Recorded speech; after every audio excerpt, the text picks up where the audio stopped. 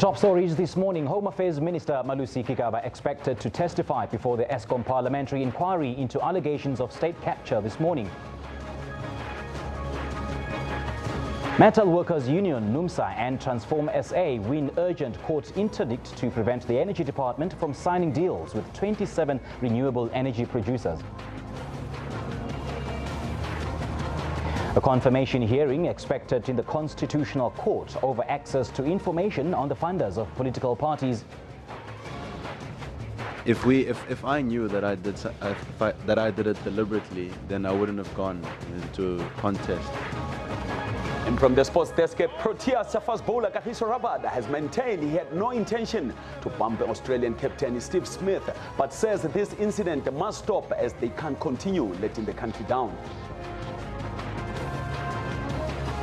A very good morning to you. It's just gone after 9 a.m. Central African time. Coming to you live from Johannesburg. This is Newsroom. I'm Simpiwe Ngone. Also coming up between now and 11 o'clock, we'll cross over to Parliament for the Eskom inquiry. And for more on that, and I'm also joined by my colleague Marumo Kakana. Very good morning to you. Good morning to you, sir. It's a very interesting sporting in the morning. Rather, the sporting desk is quite busy. I'm looking at the fact that given the decision made by the ICC with regards to Kagiso Rabada, but this and more later on during the sports bulletin. We now hand you over to Sims with the headlines.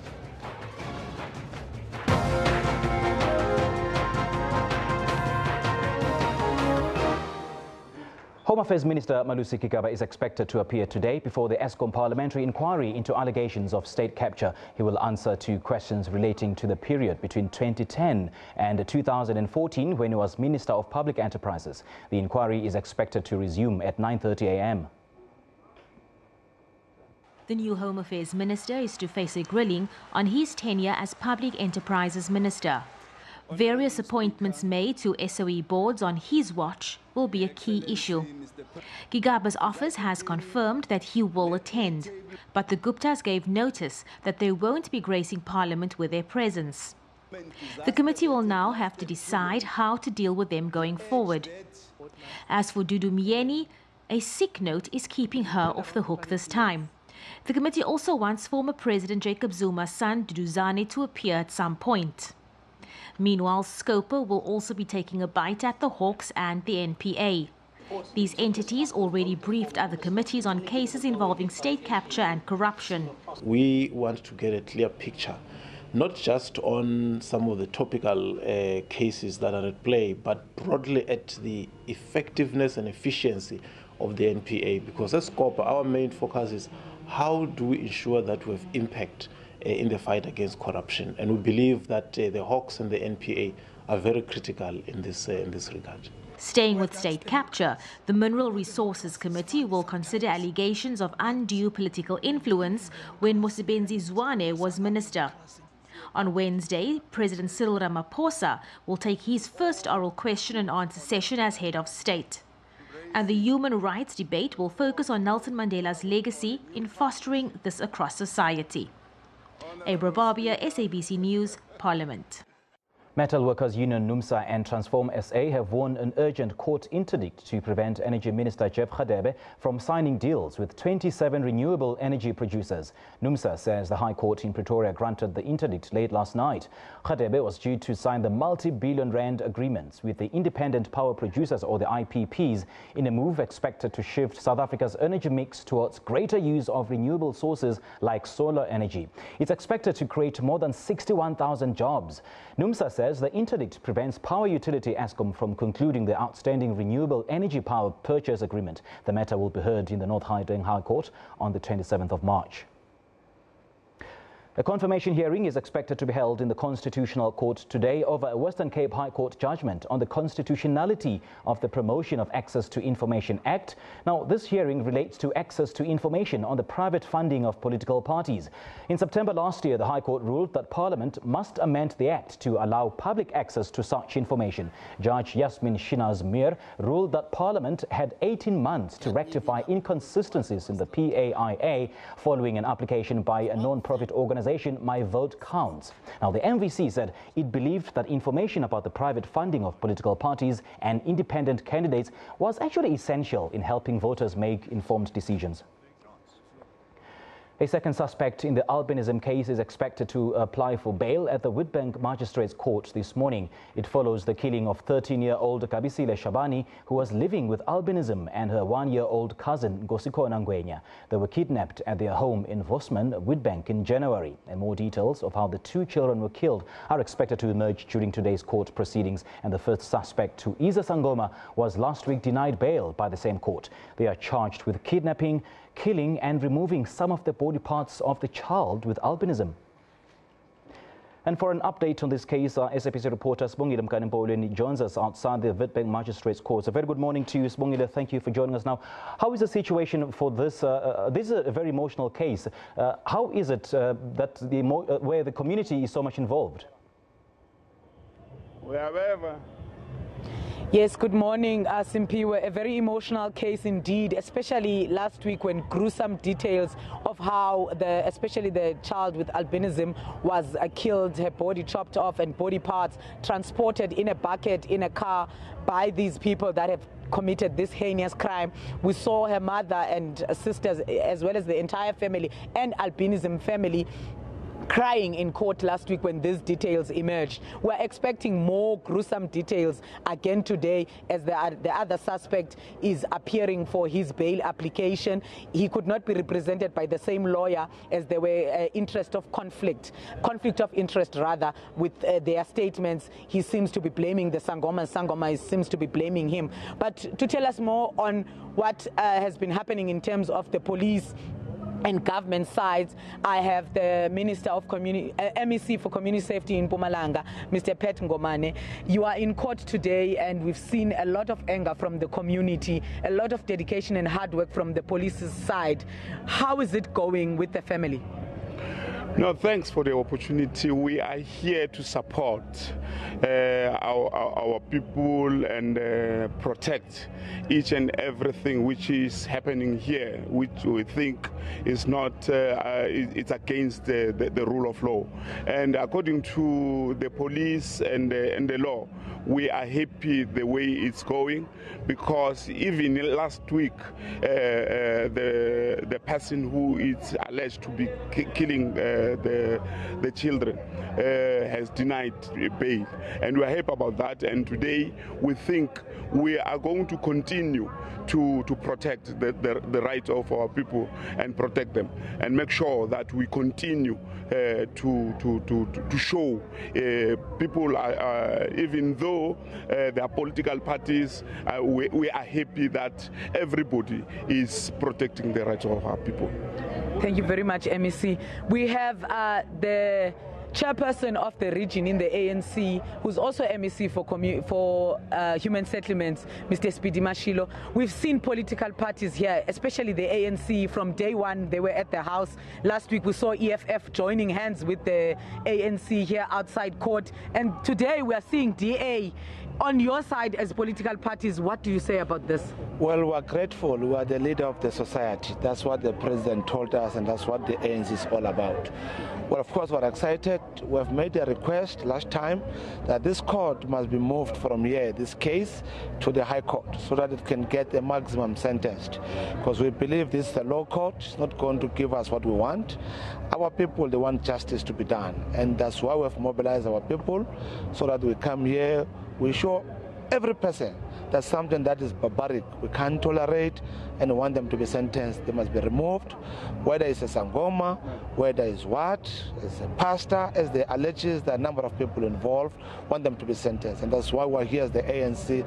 We shall continue to support this case, making sure that our people who are living with the albinism are as well covered and are as well protected like any human being. MEC, last time when we were at the house, you spoke about a gathering that was being organized to educate the community of this area about people with albinism. You spoke of traditional leaders. How far are you with that? Well, this coming Sunday, we shall have that event at Ward 2, Emalahlen. That's the ward next to Ward 1, where this incident happened. We're asking every person, Sangoma, our traditional leaders, all our pastors to join us so that we can talk about this particular matter. In the olden days, we used to be told about the albinism, how they disappeared. Never we knew that they got killed in this brutality. So we believe this is an opportunity to all of us to come together and address this problem once and for all. So we call every person on Sunday, 9 o'clock, in the Ward 2, Emalahleni, which is around Forsman areas, to deal with this particular matter. Thank you, MEC. Well, you've heard it, that a big awaited community meeting where they were saying that they want to educate their community, they want to talk to pastors, they want to talk to traditional healers and educate them about the importance of treating people with albinism as normal as you and I. That meeting is scheduled for this Sunday, where we will be expecting to see traditional healers there. When I spoke to traditional healers outside court earlier on, they said that they welcome this initiative. They want to be part of it because they want to rebuke this, what they termed as nonsense, that there's belief that people with albinism have powers to heal or to make you powerful in your business, as this Sangoma had done these crimes believing in such, Simpiwe. All right, Sibongile, as this is a developing story, I'm going to let you go for now, so you keep your eye and ears on the ground for us. That was our reporter Sibongile Mkani-Mbolweni speaking to us live outside the VBS Bank Magistrates Court. Sentencing proceedings for Danish national Peter Frederiksen, who was found guilty on several sexual misconduct charges, will begin this morning in the High Court in Bloemfontein. Frederiksen was found guilty on 36 counts of rape, child pornography, conspiracy to commit murder and other charges. A collection of female genitalia was discovered in his home freezer in Bloemfontein in September 2015. The former gun dealer was also convicted of firearms charges as well as using fraudulent documentation to enter South Africa. Gauteng Education MEC Panyaza Lesufi says if the female learner who threw a book at her teacher is found guilty, she will be punished for her actions. In the video, which has since gone viral on social media, the learner can be seen walking to the front of the class where the teacher is standing and then throws a book at the teacher. Now, the female teacher then immediately walks away. The incident happened at 3 Rivers Secondary School in the Vaal. The learner has since been suspended pending a disciplinary hearing. And the parents have acknowledged that their child was wrong, but they feel she was provoked into her actions. Education MEC Panyaza Lesufi has commended the teacher's conduct, saying she dealt with the situation in a very professional manner by walking away. Disgusting, very disappointed actually, that the child would do this to an adult. It's very disappointing because we believe that children go to school to learn. But if they're going to do such funny things, it's really disappointing. Yeah. And we are fully aware that though we're not getting formal complaints in this regard, but a lot of our teachers are subjected to such kind of... And I believe this video wouldn't have surfaced had it not been on social media. Had it not been on social media, you're correct. We wouldn't have known about that situation. But it's quite disappointing, to say the least. And as council, we are saying, as a nation, we need to look at what is it that should be done. One of the things that I think is very crucial, it's for parents to play their constructive roles. It's got to start at home. It has to start at home because kids need to be taught respect from home.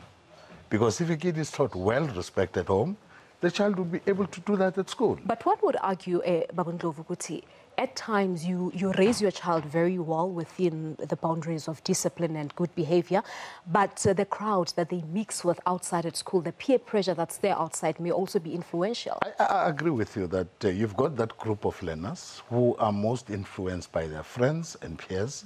But in the main, when you look at such conduct, it's learners that are coming from broken homes.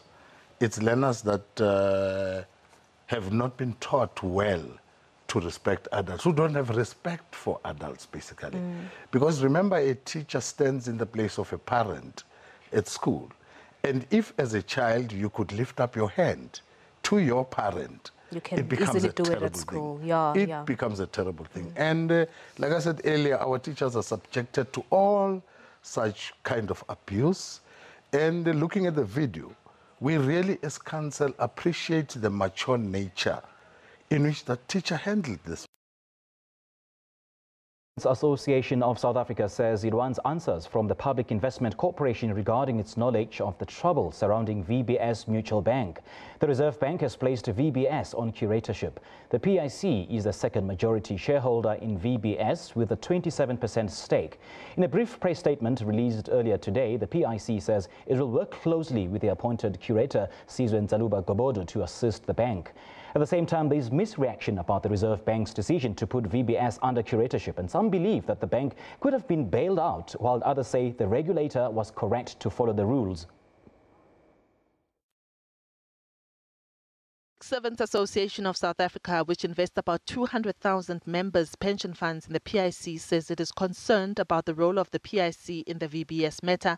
It says it wants answers from the PIC and has cautioned it not to invest more money into VBS. PIC should have realized earlier that VBS was experiencing difficulties, and they should have been more careful in as far as the GPF investments in those kinds of companies are involved. Troubles at VBS began when the bank learned that municipalities are not allowed to invest in mutual banks. At that time, VBS says it was in the process of registering as a commercial bank, which would have allowed it to take deposits from municipalities. Governor Listeriosis told reporters that it was highly risky for the bank to take sizable municipal deposits that were not short-term and lend them out long-term. This and the fact that by law, mutual banks cannot take deposits from municipalities prompted the Reserve Bank to take steps. But the Reserve Bank has been heavily criticized for this move, with some saying curatorship should have been the last resort. The main function of the Reserve Bank is to actually regulate. As a regulator, nothing stops them from assisting this bank to make sure that they obtain their license and support them in the sense that it's also creating a notion that our bank supports their own. Wits economist Professor Yanni Rousseau says placing VBS on curatorship is the best route, as any other option would have to be liquidation of the bank, and this would have a negative impact on the depositors. The bank should never have taken those deposits, so the compliance officer of VBS Bank really gave bad advice to the board and management of VBS Bank. The taking of deposits from municipalities, municipal structures, that is simply illegal. And you cannot allow a bank to trade under illegal conditions. So VBS Bank had instructions to get rid of these deposits. And of course, by getting rid of these deposits, you put the bank's liquidity position in serious jeopardy. Meanwhile, economist Clanty Bay says the application of laws should be critical in the advancement of the people. Part of the communication has been very, very poor.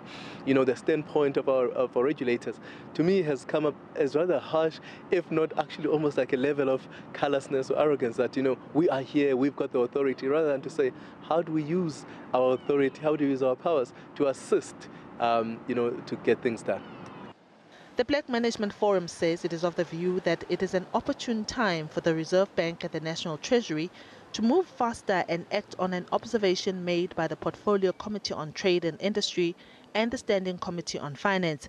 These committees believe that National Treasury and government shape policies too much on the basis of globalized financial systems and too little on the specific requirements of the country.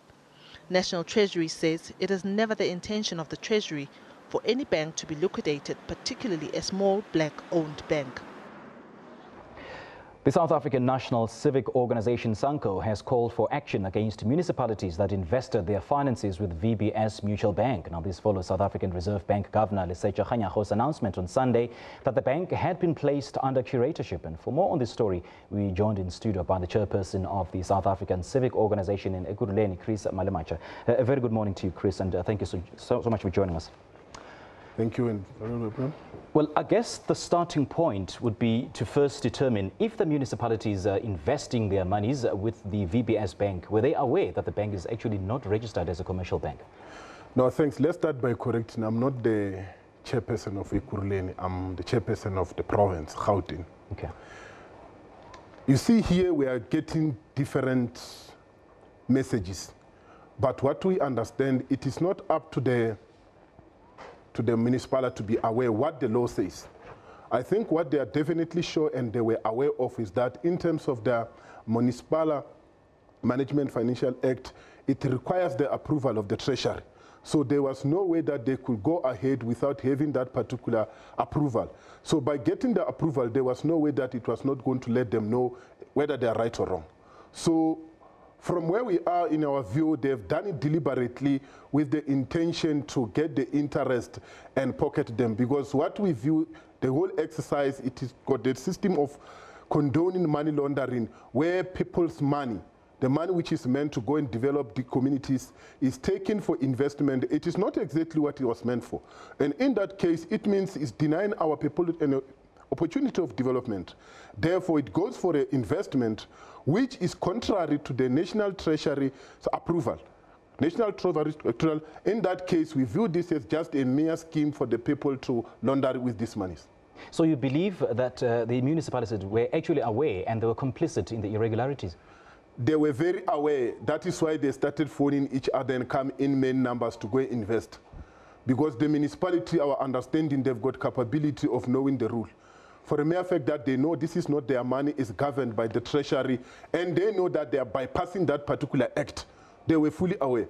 That is why we were not even surprised when we see the Northwest Premier, where at some stage he wanted to cut links with ABSA and go the very same route. He was also aware.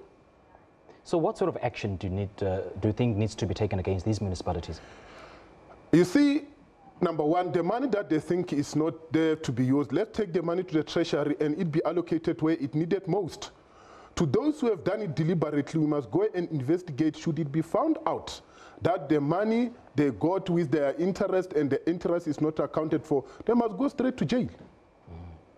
Let's talk a bit more about the Municipal Finance Management Act, which apparently these municipalities have breached. What does this clause stipulate? It is very clear to stipulate to say that this is a public funds for whatever that it needs to be done. It can't be a one-man decision. It has to go through the council, and the council, the financial committee. In the financial committee, after you have satisfied the act itself, is then that any action that you want to execute, it must be in line with the IDB process that you have sent to the public and the treasurer, that this is what we need as a municipal council, as a council. Therefore, we are utilizing the money based on how the money was allocated to and for what. In this case, the money was allocated for tar roads, the money was allocated for grass cutting, but the money is not going there, it's going direct to the investment. And people are suffering. People have got the view that maybe the treasury is not allocating money for them, whereas the money was allocated for them to go and improve their life and the living conditions. But instead, the money went deviated to other sector, which is wrong, totally wrong. Now, fierce criticism has been coming from all fronts, the AFF being the latest to criticize the Reserve Bank for having victimized the VBS Bank for being a black-owned bank. What do you think of that? No, remember, what we must not make as a mistake is to say we are saying what the Reserve Bank did is right. We are saying we joined the queue to say if the motive was necessarily to victimize on the basis of these spreaded allegations, they are very wrong. And if it is on the basis that they've been impatient, they didn't want to exercise their passion to try and assist, they are very wrong for arriving at that particular hash. But if it's also what Lesseja is reasoning to say there's no compliant, therefore is how do we run an institute that requires professionalism, then we don't want to comply with the law. So in that phase, this matter is still in balance, and therefore we will want to wait for the outcome and let the two parties be given a fair chance to present their cases. But of course, taking the municipality monies to a place where it is of high risk, it is totally wrong. We feel that the minister has done a very decisive decision to rescue the money and let the process go in a right way, so that the very same VBS register, so that at the end of the day, if they didn't do and the money disappeared, they were going to be held accountable. And so why didn't... But then did the Reserve Bank did enough to protect the VBS Bank, like they did with Capitec, for instance? From where we are standing, we don't think they've done enough. But where we are told, because we don't necessarily have full facts of both sides, It seems if they didn't do enough, then do you think placing it under curatorship was rather harsh? No, it was harsh. If they didn't do enough, what informs them to arrive at that particular conclusion? There it comes straight to say they are victimizing it, and it is war against the blacks. And it is war against the emerging blacks. It is war against radical economic transformation. All right, Chris, thank you so much for joining us. That is the chairperson of SANCO in the Gauteng province, Chris Malemacha. All right, on our question of the day today, we are asking you what action should be taken against the Three Rivers Secondary School pupils. Send us your comments at SABC Newsroom and we'll take tweets shortly after the break. Don't go away. This is Newsroom.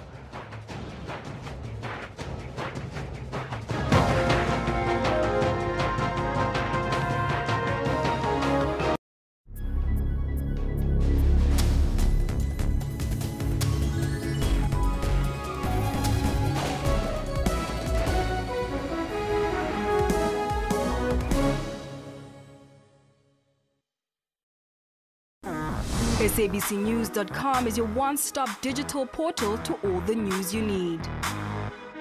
With a website that is easy to use on mobile, SABC News prides itself in being the primary source of public service content across multiple platforms. Watch live streams of all the big news events on the SABC News YouTube channel, which is one of the most viewed South African YouTube channels globally. And catch up on the best of SABC television and radio news. Follow breaking news on all of the SABC News social media platforms, interact with SABC News on Facebook, and stay connected on Twitter for the latest headlines and real-time updates by our reporters. SABC News, everywhere.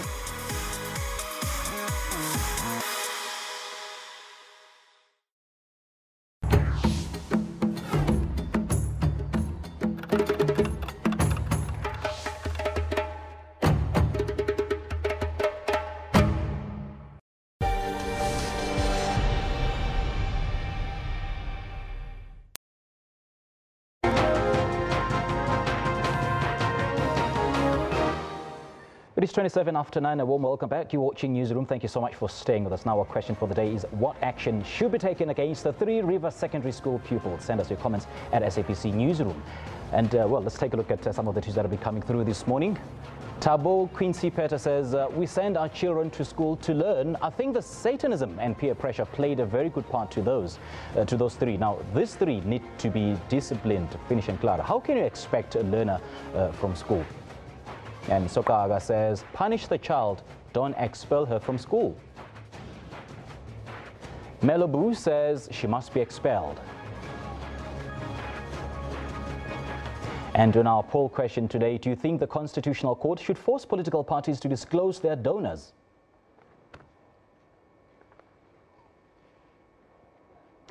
All right, and then on the sports question, we are asking you, what do you make of Rabada's 2-match suspension? Send us your comments again to @SABC Newsroom.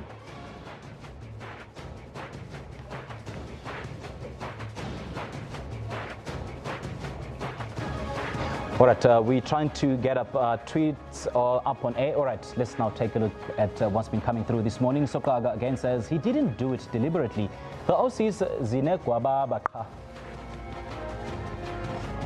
Nkonzo says, I'm so sad. How is he going to be suspended because this player is playing very well? But maybe we play very well with her. Well, let's wait and see. LVZ says, Rabada must play Aussies, must stop Uguba Ngamakwala.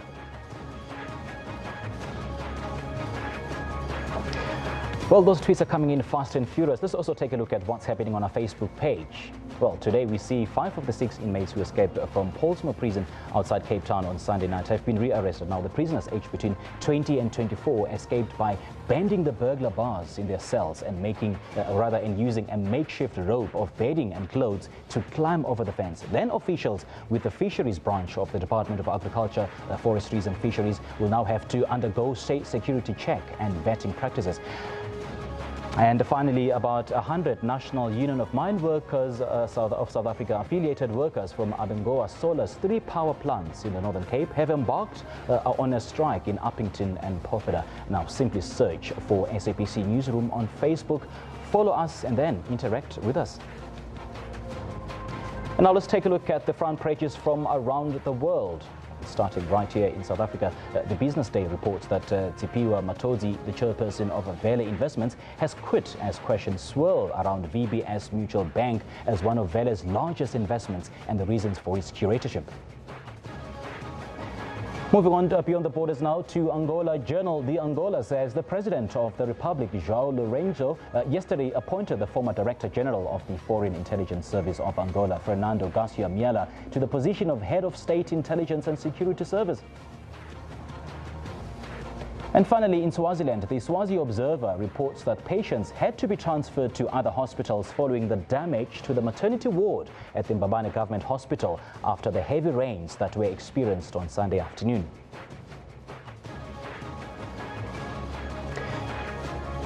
And coming up after the break, it is that time of the year when turtle hatchlings wash up on the South African coastline.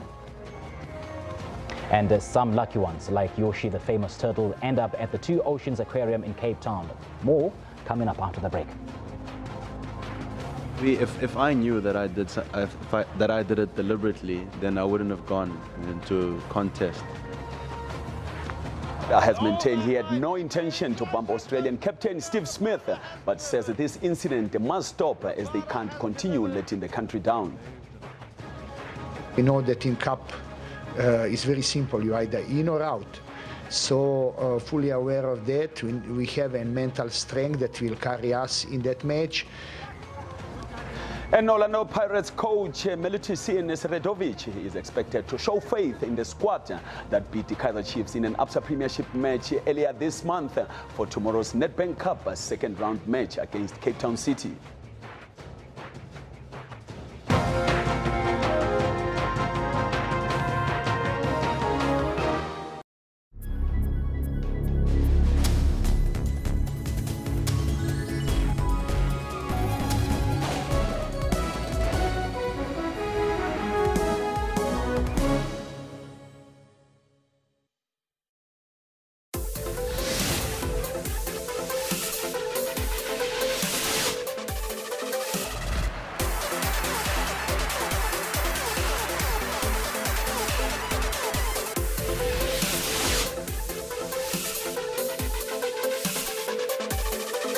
Yeah. Yes. Yes.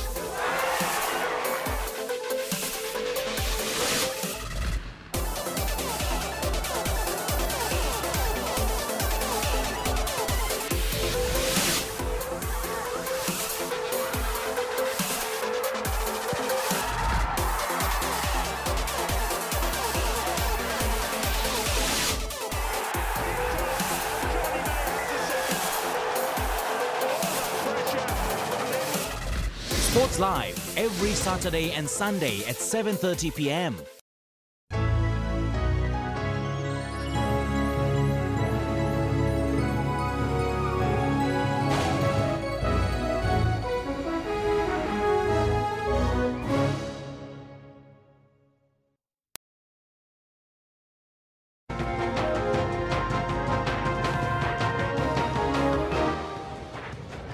Welcome back. Recapping the top stories making news headlines this morning. South Africa is expected to launch a bid for a rotational seat at the United Nations Security Council before the end of March. Meanwhile, the United Nations Secretary General has opened the 62nd session of the Commission of the Status of Women. And the United States has drafted a new UN Security Council resolution demanding a 30-day ceasefire in Syria. And staying at the United Nations, South Africa is expected to launch a bid for a rotational seat at the United Nations Security Council before the end of March. The country was endorsed by the AU during its January summit. This will be the third time since 1994 that South Africa takes up a seat at the United Nations Security Council. The Security Council, an important organ of the United Nations in the aftermath of the World War II, The UN was convinced the primary aim was world peace and security. There are 5 permanent Security Council members. Africa is not a permanent member. It wants the rules reconstituted to give other countries a seat at the table. Africa wants 2 permanent seats, but for now, the rotational seats for the continent is the only means of representation. South Africa has to do much more groundwork with the new president, who I have no doubt that he has the capacity and he will hit the ground running. Is expected to spearhead the campaign. He will lobby Africa and the Commonwealth countries. And he is expected to use the AU Special Summit in Rwanda and the Commonwealth meeting in the United Kingdom to do this. Africa and Africa. I think President Ramaphosa ought to avoid being all over the world and ensure that with the limited resources, South Africa sticks to more African issues, but at the same time able to work with bigger powers and ensure that they support South Africa's position, that is to strengthen Africa's institutions of governance, particularly the African Union, how it engage powerful countries such as China and the European Union and all other who could contribute massively in peacekeeping, ensuring that stability and economic growth and development of the African continent in line with Agenda 2063. The International Relations Minister is expected to launch the bid in New York before the end of April. South Africa is the only country in the Africa group running for a seat on the council. They would, if successful, join 2 other council members, non-permanent members already. Ivory Coast, Cote d'Ivoire and Equatorial Guinea are serving 2-year terms which began at the beginning of this year. So essentially, if South Africa's bid is successful, there will be 3 African seats on the Security Council come 2019. In June, countries will vote for rotational seats. Sophie Mukwena, SABC News, Johannesburg. Home Affairs Minister Malusi Gigaba is expected to appear today before the Eskom parliamentary inquiry into allegations of state capture. Let's now cross live. The minister has agreed that he is going to take an oath. Can we switch off our cell phones? Not off, put them on silent, please.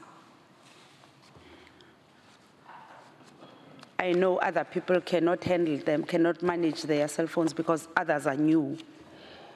Maybe it's a new gadget. Ask somebody next to you to help you with the new gadget. It's always difficult to use them. Minister, I am now going to read the oath to you. I hope the document is in front of you. Okay. Inquiry into state-owned enterprises. The oath is, in accordance with Section 16 of the Powers, Privilege and Immunities of Parliament and Provincial Legislature Act 2004, as a witness to this oversight inquiry, please be informed that by law you are required to answer fully and satisfactorily all questions lawfully put to you, or to produce any document that you are required to produce in connection with the subject matter of the inquiry, notwithstanding the fact that the answer or the document could incriminate you or expose you to criminal or civil proceedings or damages.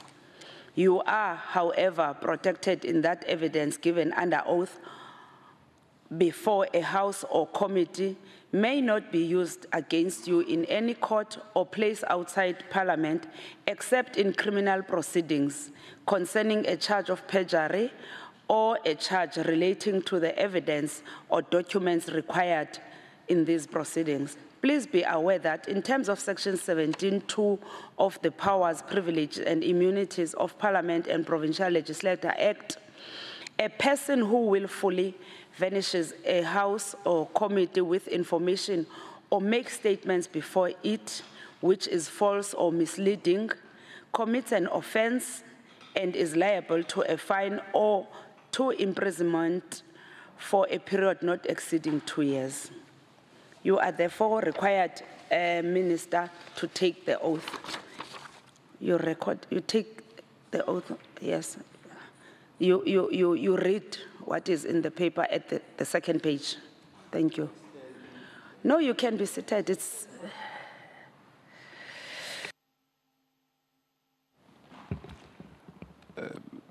I swear, should I say my names or just read as written? Okay. I swear that the evidence I shall give shall be the truth, the whole truth, and nothing but the truth, so help me God. Thank you very much, Honorable Minister, for that. You can sign it, and somebody will come and take it from you. Honorable members, today we are going to get a presentation by the Minister to us. The proceedings of today will go like this. We'll get the proceedings. We'll get the presentation from the Minister. We will then have questions. The first people to question the Minister today will be the members. And after that, we will see if the evidence leader will have time to get in and ask questions. But we will open for him also to ask questions. Honorable Shivambu. Chair, what informs that upside-down approach when it comes to Mr. Gigaba? Isn't it that the procedure is that the evidence leader should take him through what he's going to present, ask the base questions, and then members come afterward to then make follow-up on that? What makes us to depart from the standard procedure of this inquiry? Can we please do it in the manner that we've been doing it with other witnesses? Please. Thank you, Honorable Shivambu. Advocate, can you respond to that? Thanks, Chair. It is a request that I had made to the Honorable Chair. But if the committee is not inclined to accept that request, it's fine. I will engage. Honorable Nobanda, Honorable Dlamini, Honorable Luyenge. Thank you, Chair. I think if the evidence leader saw it fit that he would come at the end and requested that, maybe we should give him that opportunity. Maybe he has valid reasons that he cannot explain to us now why he wants to be at the end. But at the end of the day, we are all going to ask questions. He's also going to ask questions. I don't think there's a train smash here. Honorable Zamin. Thank you, Chairperson. That request has been denied. So the evidence leader must ask questions, and we follow the processes that we've been following here. We're not going to make any exception. Thank you. Honorable Luyenge. No, thanks, Chairperson. Maybe, Chair, in the interest of time, I don't think the evidence leader has a problem in continuing in the manner in which we were doing this, because maybe other people out there will think that there is a certain trick that we're coming to, we want to do, and why change now? Why it has not been the case before? But I think let's allow the process to continue as usual, because he has already indicated, the evidence leader, that no, there is no train smash in that. Thank you, honorable members. I will now give over to the Minister to present. Thank you, Chairperson, and thank you, honorable members. I think before I delve into my presentation, let me make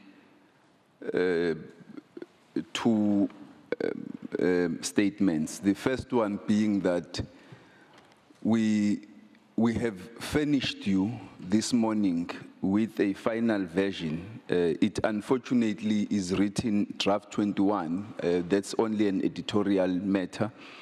It's the final version of the statement which I will be making. It is an update from the one I submitted yesterday night. And so if members could refer rather to the statement which I submitted this morning. Those were the two initial statements both made in one. I have been called chairperson to account for my tenure at the Department of Public Enterprises from November 2010 until May 2014. Before I begin, I would like to commend the committee for the work it is doing for upholding the democratic process.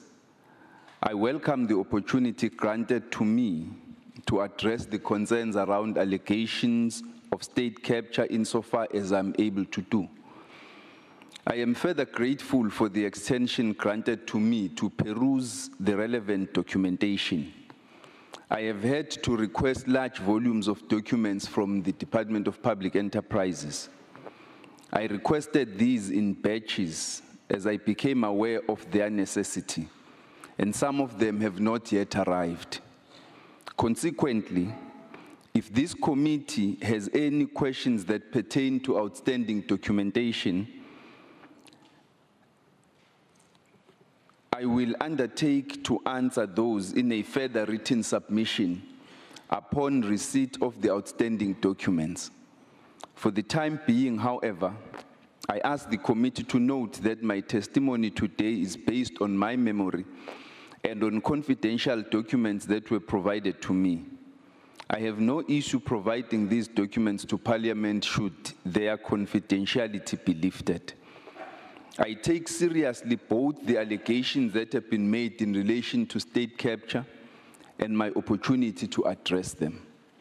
It has been disheartening and shocking for me to witness some of the appointments that I made years ago and which were hailed publicly as positive appointments for government, now being impugned. I take seriously the task of assisting this committee in uncovering the extent of corruption that appears to have transpired. The period for which I am expected to account covers approximately 3.5 years.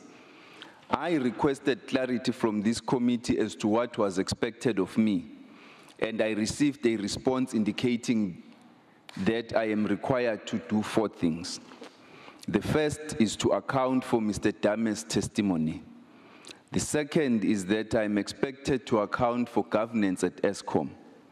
The third is that I'm required to account for all board appointments made to Transnet, Dinel, and Eskom during my tenure at DPE.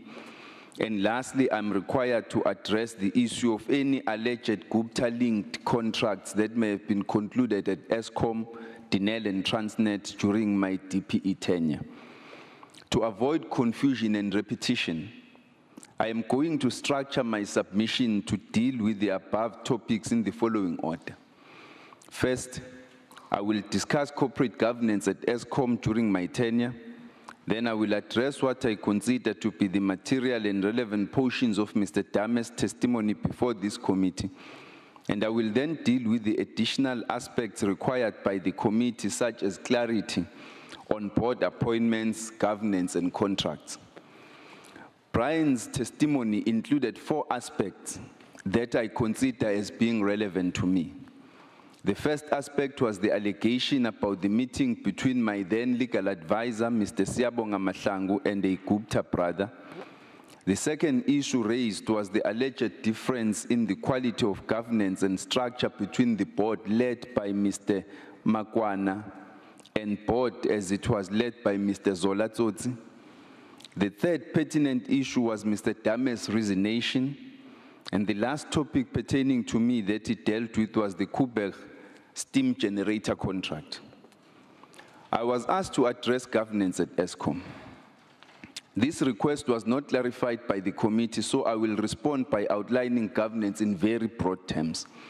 And I also want to set out the basic governance framework in which the minister, specifically the Minister of Public Enterprises, operates, and in terms of which the minister is empowered in respect of certain actions and constrained in terms of others. From the onset, Section 66 of the Companies Act regulates the powers of the Board of Directors.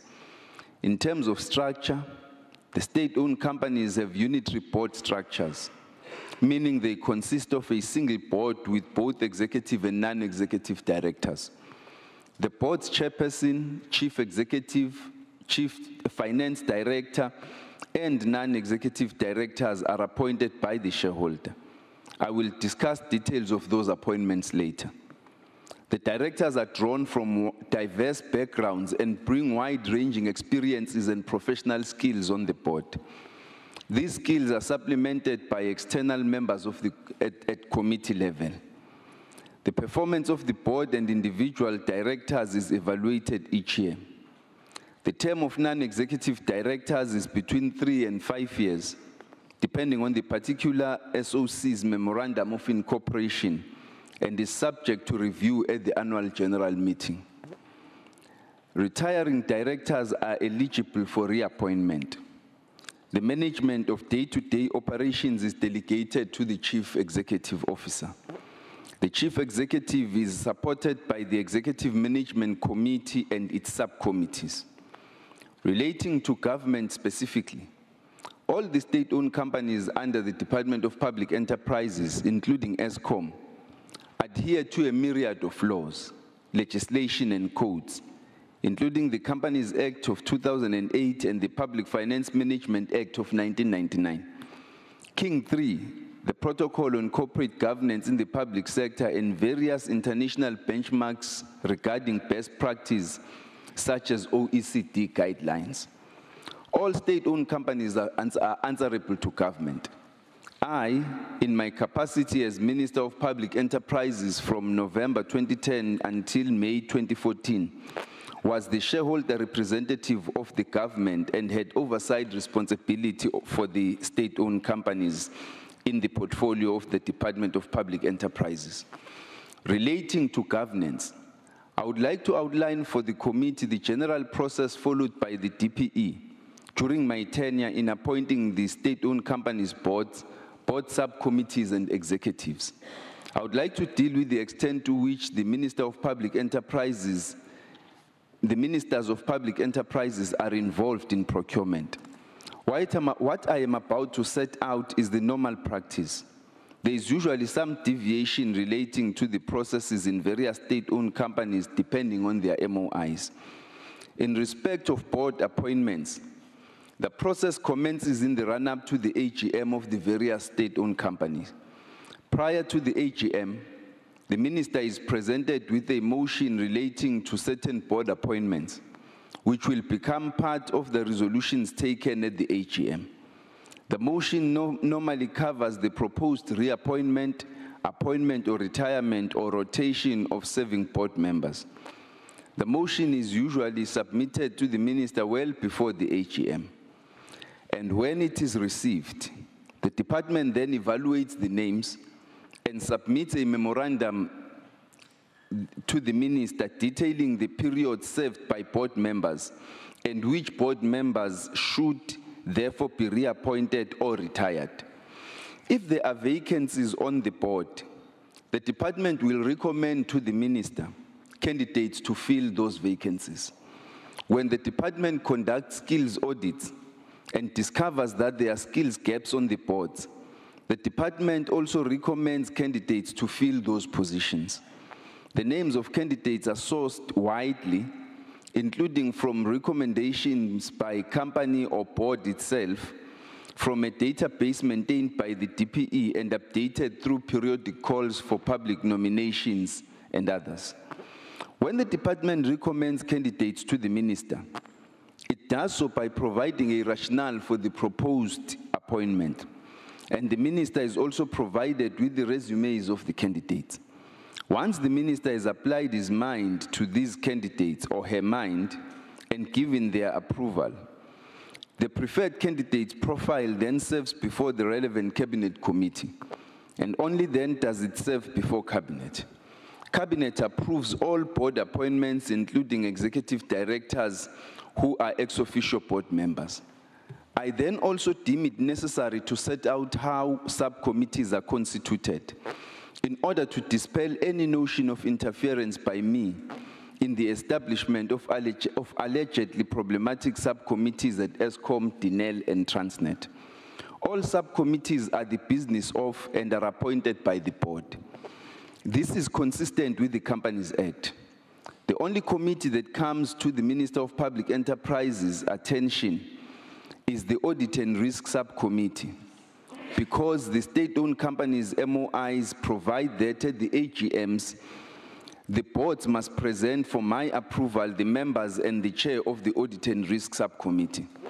It is standard practice and common courtesy for the chair of the relevant SOC to send a letter to the DPE after their AGMs, setting out how the relevant subcommittees are constituted, but those letters hardly ever reach the minister's attention, primarily because the minister has no practical interest in who is on what committee.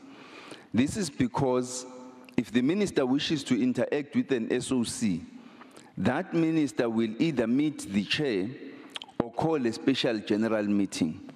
In other words, the minister does not engage with subcommittees because subcommittees are the domain of the board. I would also wish to outline the appointment of executives at the state-owned companies.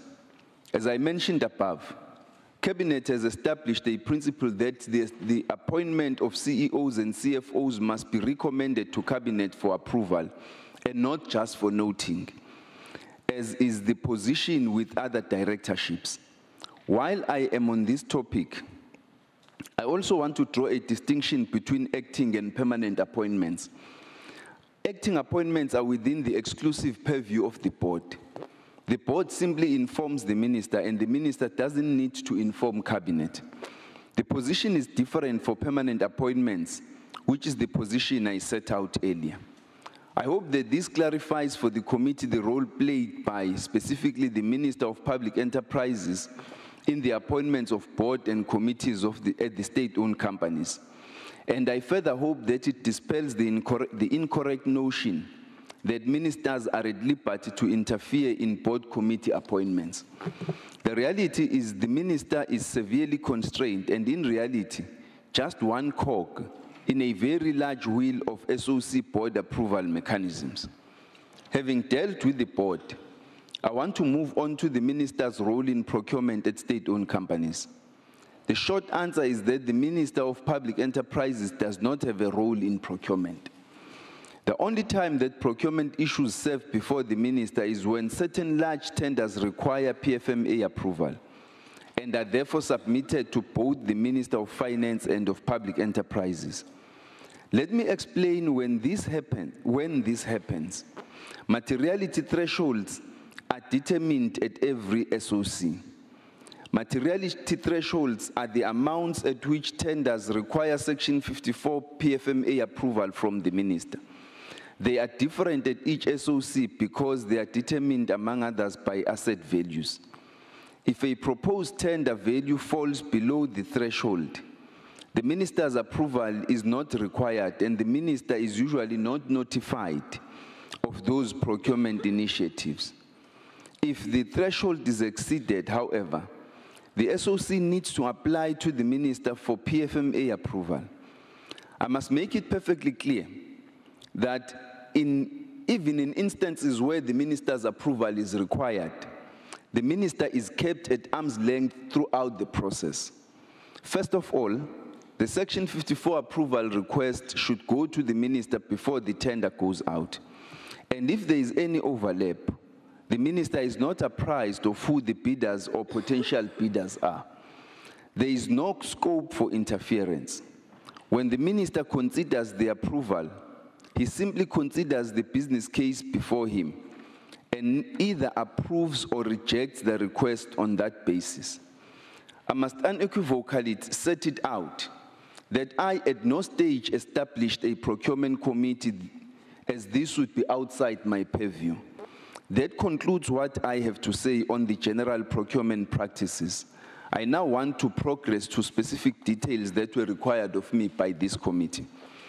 I have then been asked to address the Committee on Executive Appointments during my tenure at DPE. This request was two-pronged. Firstly, the committee asked for clarity on the process of appointing all board members during my tenure at DPE, which I hope I provided above. Second, my testimony is required in relation to allegations of undue influence allegedly exerted by me on the appointment of board members.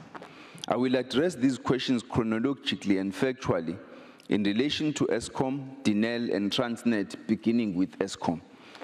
Chairperson, on the matter of Mr. Brian Dame's testimony relating to the Gupta meeting in Midrand, I will begin with this meeting.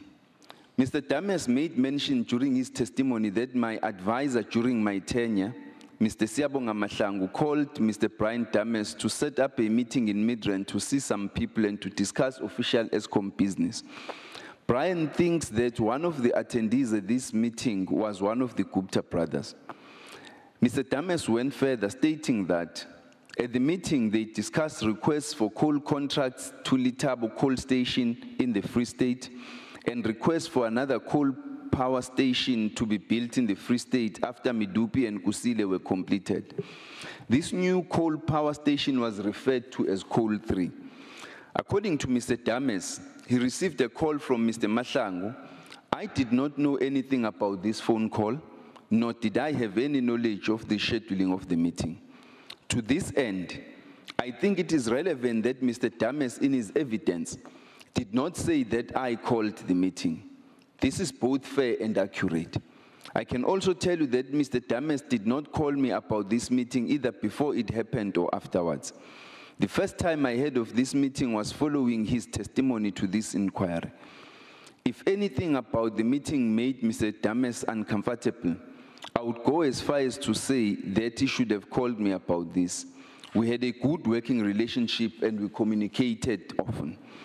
Furthermore, this is the first time I have heard about a request to provide coal to Litabo and for a coal 3 specifically to be built in the Free State. On the alleged degeneration of the board, let me now deal with Mr. Dame's testimony about the quality and cohesiveness of the Makwana board compared to the quality of the Tsotsi board. Let me address the problems with the board that confronted me as soon as I arrived at DPE. Members of the board, including Mr. Makwana, but with the exception of two appointments that I retained when the board was refreshed, had served on the board for longer than 9 years. This had been brought to my attention by a presentation the department made to me. After having had sight of the presentation, I was of the view that the board needed rotation in order to comply with good corporate governance with respect to two issues. Firstly, was the rotation of board members who had served for a lengthy period. Second, it was revising the mandate of the executive chairman to be a non-executive director and chairman, to avoid overlap between the role of board chairperson and CEO of the entity. Having concluded my explanation about the Eskom boards and their quality, that brings me to the next issue, being Brian's resignation. Let me say at the outset, so there is no uncertainty about my position, that when Mr. Dames resigned from his position at Eskom, it was a loss to the company. Let me elaborate how his resignation unfolded according to my recollection. Mr. Dames was already CEO when I arrived at the DPE. I had and still have the highest regard for him. Mr. Dames submitted 2 resignations to the board. When he initially wanted to leave Eskom, I convinced him to stay on. I was not in favor of his exit from Eskom because of his capability, integrity, and strong leadership, which brought stability and instilled confidence among Eskom's stakeholders. Therefore, I thought it was important for him to stay. I recall having told the board that Eskom could not afford to lose Mr. Dames at that time because of the massive build programs that Eskom was undertaking and because they needed to raise capital in respect of those build projects. It was a critical time for Eskom, and Mr. Dames was needed to maintain company stability during that period.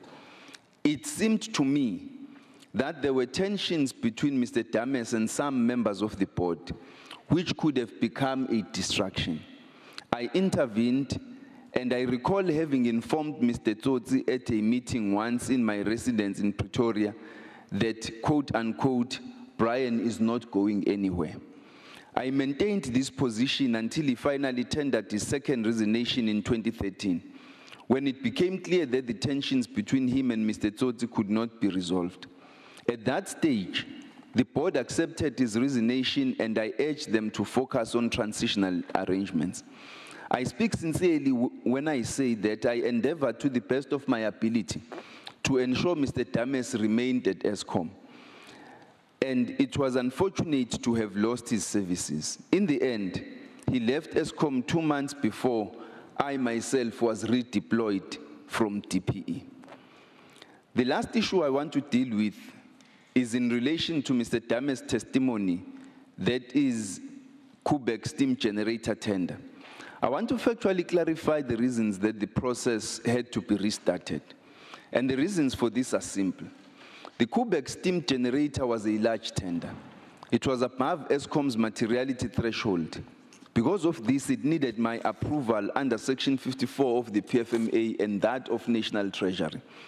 I remember that Section 54 approval letters had been sent to me on a Wednesday. I can't recall the exact date. And the very next day, when I was reading the application documents, I received a request that I needed to speed up the approval. I called the department and queried this. I told them that I only received these documents the previous day and that I could not be rushed to make a decision. I needed to study the documents and apply my mind.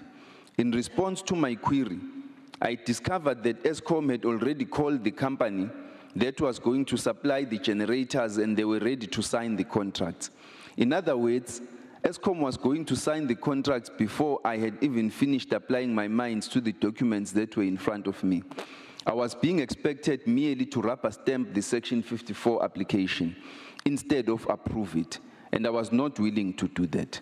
I also recall that the department had found that the process was flawed on account of the recommended bidder being informed before my approval. It was for these two reasons that I therefore refused to grant the Section 54 approval, and I told Eskom to start the process afresh in order not to compromise it. I understood, of course, that Eskom was under pressure to deliver on the bill projects, but that couldn't be allowed to jeopardize the entire process. That's why I refused to approve the Section 54 application at that stage. This concludes my comments on Mr. Dames' testimony for the time being, and should the committee have any further questions afterwards, I will of course answer to them. I will now address what have been deemed to be significant board and executive appointments at Eskom. In this respect, I will address the reconstitution of the board in 2011, Ms. Tsulufelo Mlife's appointment as the CFO, and the recruitment of a new CEO at Eskom during my tenure. Before I begin, it may help the committee to note, for the sake of clarity, that Eskom's Articles of Association at the time stipulated that the shareholder appointed the chairman, the chief executive, and the non-executive directors after consultation with the board. Of course, this had to be approved by cabinet ultimately. There has been a lot of talk about my decision to reconstitute the board at Eskom in 2011. I will address this first. I addressed the prolonged tenures that had been served by many board members while I was dealing with Mr. Dames' testimony. That was the reason for the decision I took in May 2011, after an audit of the board had been completed. I therefore shall not rehash it now. I recommended at the time that two board members, Dr. Benny Fanaroff and Dr. Boni Mehlomakulu, be retained for continuity, and that the following candidates should be appointed as non-executive directors. First, Zola Tsotsi was appointed as the new chairperson. Mr. Tsotsi presented an eminently qualified candidate. He held a BSc degree in mathematics and chemistry and an honors in chemical engineering. Prior to his appointment as chair of the Eskom board, he held the position of Finance and Administration Director at RPP Pipe Support and Bellows. He had been MD of Maisha Energy and had held many prior positions at Eskom, such as corporate consultant, corporate strategy manager, and corporate environmental affairs manager. His work background provided him with a notable skill set in government policy advice and implementation, strategic management of companies, and management of administrative and financial performance of companies. Second, Mr. Colin Machila was appointed because of his skills in transformation, corporate governance, and economic development. Mr. Machila had previously been chairman of the National Energy Regulator of South Africa. Third, Ms. Yasmin Masitela was appointed because of her extensive risk management experience and her many years in the corporate sector. She also held a master's in tax law, an LLB, and higher diploma in company law. Fourth, Surprise Sidibe was appointed because of his wealth of experience from numerous executive positions. Fifth, Neo Lisela was appointed because of her industrial engineering background and her experience in program management. Sixth, Mr. Mafika Mkwanazi was appointed because he was at the time the chairperson of Transnet and had a wealth of experience acting in CEO positions, for example, at Metro Rail and Transnet. We also wanted him to help create alignment between the two entities with respect to the road to rail migration program. He was also qualified with a BSc degree in mathematics, applied mathematics, and electrical engineering. In August 2011, a further 3 NEDs were appointed to fill vacancies on the board. They were 1, Ms. Jabu Luthuli, who was a chartered accountant skilled in risk management, project management, labor relations, and strategic planning. 2, Ms. Kwindi Gungubele, skilled in human resources management, labor relations, and strategic planning. And 3, Ms. Diati Lezondo, who was a chartered accountant with skills in auditing and strategic management. I trust that gives sufficient detail as to the appointment of the board. To summarize, the main reason for the reconstitution was to bring the board into line with good governance principles under the King Codes and to retire directors who had been on the board for unacceptably long periods. I will now turn to deal with the next topic, Ms. Tulufelo Mlife's appointment to the board as CFO. The appointment of Ms. Mulife as financial director of Eskom had also caused a stir, because the incorrect public perception appears to have been that her competitor for the position, Mr. Ignatius Sehule, was, on the face of it, appeared more qualified than she did. I will outline what in fact happened and why, as the shareholder, I refused to approve Mr. Sehule's appointment and instead confirmed Ms. Mulife's appointment. On 7 October 2013, the ministry received a letter from Mr. Tsotsi, the chairperson of Eskom at the time, requesting approval for the appointment of Mr. Sehule as the financial director of Eskom.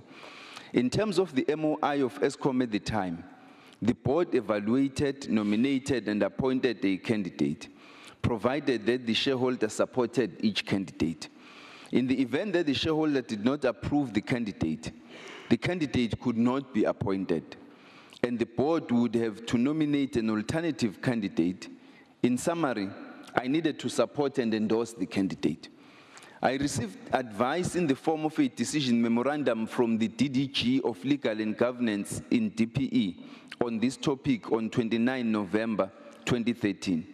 It was clear that Mr. Sehule was the board's preferred candidate at that time.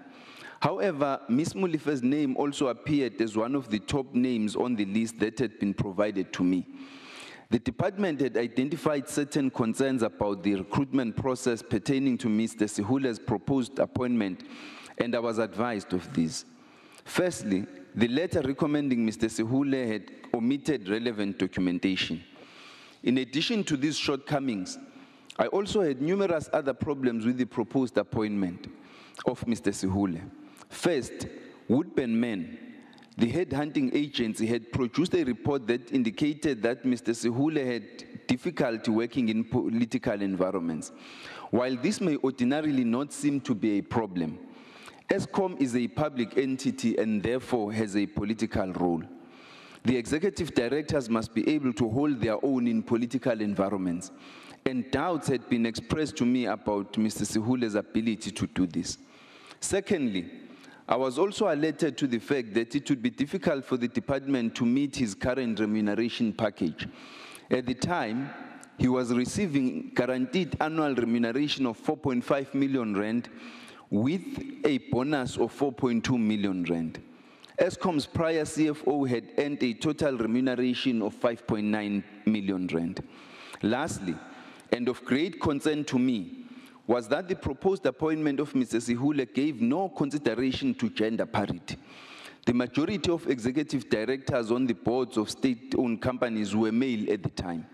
I did not want to be responsible for perpetuating gender inequality if I could justifiably avoid doing so by ensuring that a competent female candidate was appointed.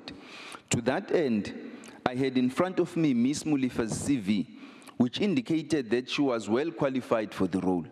And I was of the opinion that she would capably fulfill the role of CFO if appointed.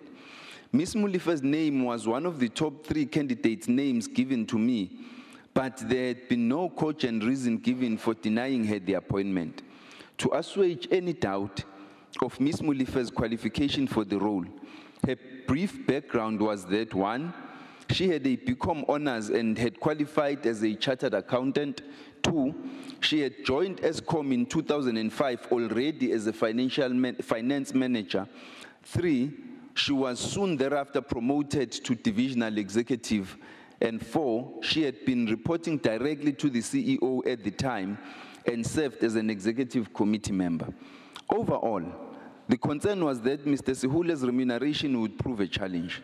And I was concerned about the reservations he had expressed about working in political environments. Additionally, Ms. Mulife, who was a qualified and experienced chartered accountant, female, and had developed through the Eskom ranks, was apparently, according to the advice memorandum I received, also considered favorably by the selection committee, but no cogent reason had been given for not having favored her possible appointment. I raised my concerns with the board. The board subsequently reviewed their decision and recommended that Ms. Mulife be appointed. I had no hesitation in approving the appointment for the reasons stated above. That concludes my submissions on Ms. Mulife's appointment. While it may or may not be contentious, I also feel it is prudent to deal with and explain the fact that a new CEO was not appointed at Eskom after Mr. Dames resigned. Mr. Dames had resigned from Eskom in November 2013. He was scheduled to leave the company on the 31st of March 2014. The Eskom board needed to appoint a new CEO. The board needed to do so in consultation with me. This did not happen during my tenure. When I left DPE in May 2014, a new CEO had still not been appointed.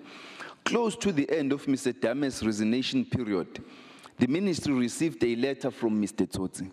According to the letter, the board recommended that a special committee for the recruitment and identification of the CEO be constituted to review the 3 top candidates at the time. I did not know who these were. Along with the request, I was asked to sanction the appointment of an acting CEO while the recruitment process was undertaken. The names I was given for the role of acting CEO were 1, Mr. Dan Marukane, who was the Group Executive Technology; 2, Dr. Steve Lennon, who was the Group Executive for Sustainability; and 3, Mr. Nzokolo, who was the Group Executive for Transmission. With respect to the appointment of the interim CEO, I deferred to the board on that decision, as I believed it was their responsibility. Those are the only board activities which I can recall as being somewhat contentious in relation to Eskom. That concludes my submissions on the Eskom board, and I will now proceed to deal with Dinel. Chairperson, one appointment at Dinel during my DPE tenure, which has been questioned, was the appointment of Mr. Salucci and the extension of his term. In terms of Dinel's memorandum of incorporation at the time, the shareholder appointed the chairman and directors. All executive directors who were appointed by the board all executive directors were appointed by the board, whereas the CEO and CFO had to be approved by the shareholder. I, however, did not form part of the interview process. On the 15th of November 2011, I received a decision memorandum from the acting DDG of CIPM at DPE. In terms of this memorandum, I was advised that the contract of the Denel Group CE, Talib Sadiq, was coming to an end on 31 December 2011. I was further advised that the board had conducted internal as well as external searches, assisted by an executive search company for the best candidate. It is important to note that Mr. Sadiq had indicated that he had no intentions to have his contract renewed. The board recommended Mr. Salucci, who was their preferred candidate. Mr. Salucci was at that time the CEO of SAP SA, had previously been the vice president of SAP International and the group executive of SAP Green Tech Defense. He was also the chairperson of the F1's Reserve Council. His track record, having been a CEO at Tau Aerospace, Metatech, and Green Tech Integrated Defense Systems, spoke for his executive capabilities. He was academically qualified after having completed the SANDF Joint Staff Course, equivalent to a master's degree, and other developmental management courses. I approved the decision memorandum on the 18th of November 2011 and signed both attached documents. Mr. Salucci's appointment to the role was effective from 1 January 2012 for a period of 3 years. In May 2013, the department received a letter from the Denel chairperson concerning the review of the term of office of Mr. Salucci. The chairperson was requesting that Mr. Salucci's term be extended from 3 to 5 years on the basis that the Denel's new MOI provided for this. I was advised by the department in an advice memorandum on 5 June 2013 that in fact, Denel's MOI was not explicit on the term of a CEO, and that therefore the department's guidelines on the appointment of CEOs should be followed if Denel wanted Mr. Salucci's term extended. According to the guidelines, the board, in considering the succession plan for the position, should have prepared an annual report to me, which should have included the status of the CEO's contract, the CEO's performance assessment, and the board should also have been able to show how it had ensured that the performance scorecard of the CEO had been aligned to shareholder compact targets. I was of the view that I could not approve the board's request until the board had undertaken the proper procedure provided for in the guidelines and provided sufficient motivation. At the time, this had not yet happened. I therefore addressed a letter to Mr. Zoli Kunene in June 2013 in which I raised my concerns. My concerns were subsequently addressed, with the board reiterating its support and satisfaction with Mr. Salucci's performance.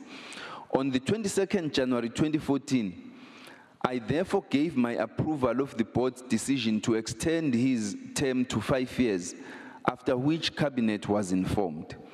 That concludes my submissions on Denel, and I will now turn to Transnet. Regarding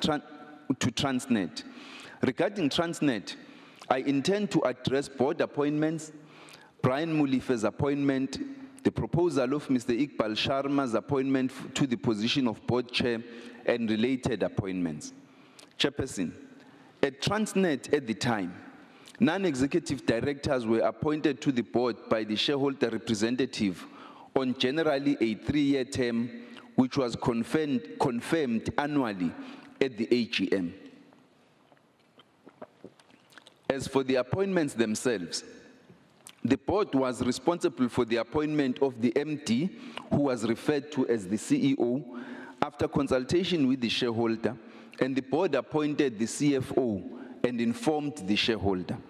At Transnet's AGM in July 2010, which was prior to my arrival at DPE, it was resolved that the non-executive directors at Transnet be reappointed for a period of 1 year on acting appointments until the finalization of a review of the board, which was to be conducted by the department. The following non-executive directors were reappointed for a one-year period. They are listed there: Professor Everingham, Ms. Matyumza, Dr. Haste, Ms. Nununchingila, Mr. Hankinson, Ms. Gigaba, Mr. Hubert, Ms. Ramon, and Mr. Moy. When I arrived at the DPE, the Transnet board was in effect an acting board, operating on one-year appointments that had been made at the AGM. The review conducted by the department had revealed that the Transnet board had a similar problem to the ESCOM board that I described earlier. The majority of the directors had been serving for a longer period than was permitted. After the AGM, and on 9 December 2010, therefore, I issued letters of reappointment only to 3 NEDs for continuity and company stability. They were Mr. Peter Moyo, who is currently the CEO of Old Mutual and is a former executive chairman of Vodacom, Ms. Nununchingila, currently the CEO of Facebook South Africa and a leading advertising executive, and Ms. Nolwazi Gigaba, currently a partner at Adams & Adams. I also appointed 12 new NEDs to ensure that vacancies on the board were filled. These appointments were Mr. Mafika Mkwanazi, who had been CEO at Transnet, Mr. Don Mkwanazi, former president of the Black Management Forum and leading transformation advocate, Mr. Peter Malungani, Mr. Israel Skosana, both of whom are leading entrepreneurs, Ms. Nazmira Mula, note the spelling there, Ms. Nazmira Mula, senior executive and economist with Investec Asset Management, Mr. Fanushi, Ms. Doris Tepe, also a leading executive in South Africa, Professor Jugen Schremp, former CEO of Daimler Chrysler, Mr. Iqbal Sharma, former DDG at DTI and head of Trade and Investment South Africa, Ms. Tembeka Mnyaka, former Deputy President of the Black Management Forum and entrepreneur, Ms. Ellen Shabalala, and Mr. Gazendam. Here, I would like to explicitly counter the narrative that these board appointments were incompetent or aimed to weaken Transnet. Among these board members were many leading and well-respected business people, as I have tried to outline through their brief resumes. We certainly attempted to appoint strong and competent boards. As government, we appreciate the need to reform oversight of state-owned companies, and there are processes underway to standardize appointments of boards and executive management. We therefore welcome any lessons in this regard, which will emerge from this inquiry. It is important, however, that the inquiry concerns itself with what we could have known at the time when making appointments. If people we appointed went on to do wrong things later, we cannot be held accountable unless there is something about their profile which could have been detected at the time we appointed them, which showed they were likely to do wrong things. Chronologically, the next appointment was that of Mr. Brian Molefe into the position of CEO. Again, in relation to this position, I reiterate that the board appoints the CEO only in consultation with me. On the facts before me at the time, he was a stellar candidate. He was a former DDG at National Treasury and former CEO of the PIC, where he had been appointed by the then Minister of Finance. Mr. Molefe was highly regarded in the financial sector at the time, and markets reacted very positively to his appointment, as he was regarded as credible, highly skilled, and experienced. That concludes my submission on Mr. Brian Molefe. I now turn to Mr. Iqbal Sharma in the attempt to have him appointed as chair of the board. There were some interrelated movements and appointments on the board, so I will address those simultaneously for the purpose of completeness. It began in May 2011, when I received a decision memorandum from the acting DDG Transport in DPE, in terms of which I was advised on the proposed appointment of new NEDs to the Transnet board. I was given their names and profiles. I signed a cabinet memorandum seeking cabinet's approval on the appointment of 1, Ms. Yasmin Forbes, Mr. Nisi Kubi, Mr. Almir D'Souza, Ms. Mapeto Mohuba, and Mr. Iqbal Sharma as chairman and NED. I will deal firstly with Ms. Forbes and Mr. Chubi as insofar as there is interest in those appointments. In terms of the decision memorandum, I was advised that there were 2 vacant positions on the Transnet board. The first had been reserved for a rail specialist, and the second had become vacant after Professor Schremp resigned from the board in February 2011. After Schremp's resignation, a skills audit was conducted, and it was found that the board had skills deficits in 2 areas. The first was the rail risk management and pipes or pod sections, and the second was the risk and audit committees. The board was of the view that a person with an ICT background should be appointed to fill the gap on the audit committee, but the department took the view that someone with pods management experience would be more effective given the difficulties faced by Transnet at that time. Notwithstanding the department's feeling that someone with pods management experience should fill the vacant post, they were willing to accept an ICT candidate. As such, they recommended the appointment of Ms. Yasmin Forbes, who had the IT experience, and Mr. Chobi, who was the rail expert that the first post had been reserved for.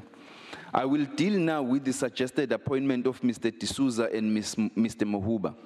To this extent, the memorandum advised me that Mr. Don Mkhwanazi should retire on the 24th June 2011 AGM, at the 24th June 2011 AGM, to be replaced by Ms. Mohuba. The reason for this was that his skill set was not considered unique. It was a duplication and therefore unnecessary on the board and an unnecessary expense. Whereas Ms. Mohuba was the owner and MD of Mereteng Investment and had a wealth of business, operational and executive experience. I was further advised that Mr. Almir D'Souza should be appointed as an additional NED of the Transnet board.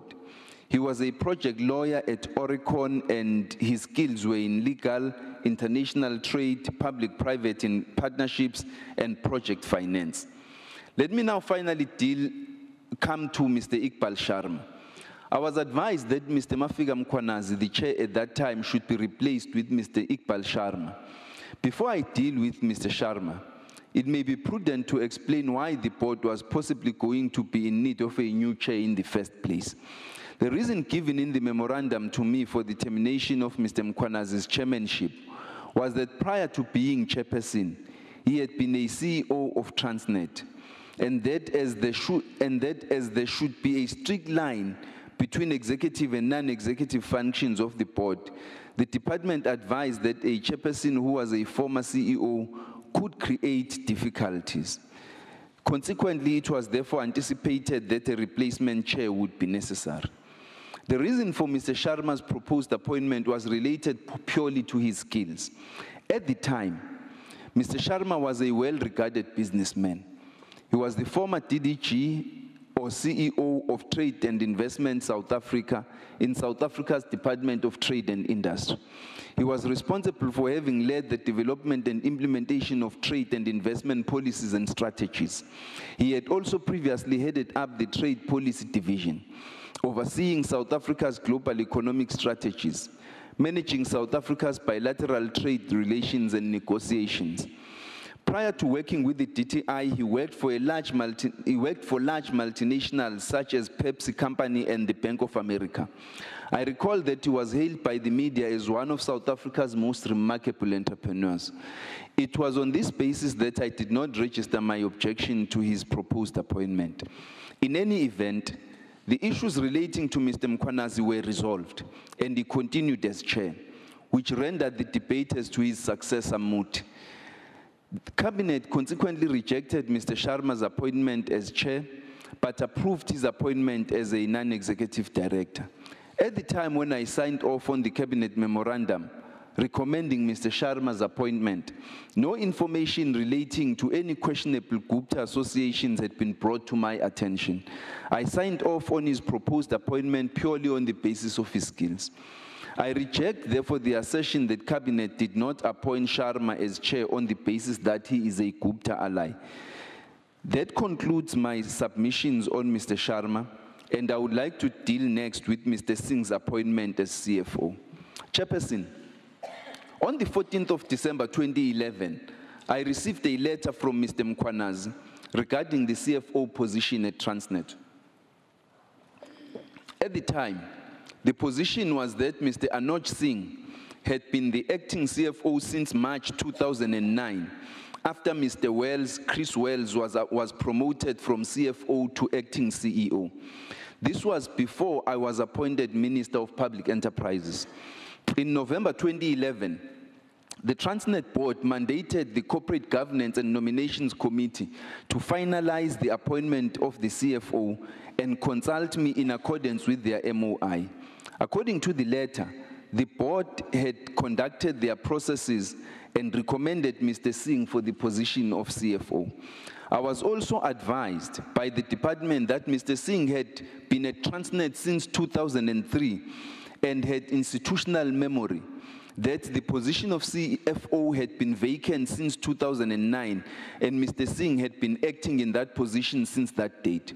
It was also obvious that Mr. Singh possessed the appropriate skills and experience for the role, and that appointing a new CFO might stabilize Transnet just before it embarked on a massive build project. I informed Mr. Mkwanazi that I concurred with the appointment of Mr. Singh. To conclude on this point, Mr. Singh was already acting CFO at Transnet when I arrived at the DPE. His profile clearly sets out that his career progression at Transnet was highly commendable, and there were no complaints about either him or his personal and business associations. Further enhancing his profile was that he had served on boards such as Nedbank, the Land Bank, and Telkom. At the time, any Gupta connections that he had were unknown to me. On the facts as they were before me at that time, I would have had no justification for rejecting the appointment of Mr. Singh, even if I was empowered to do so.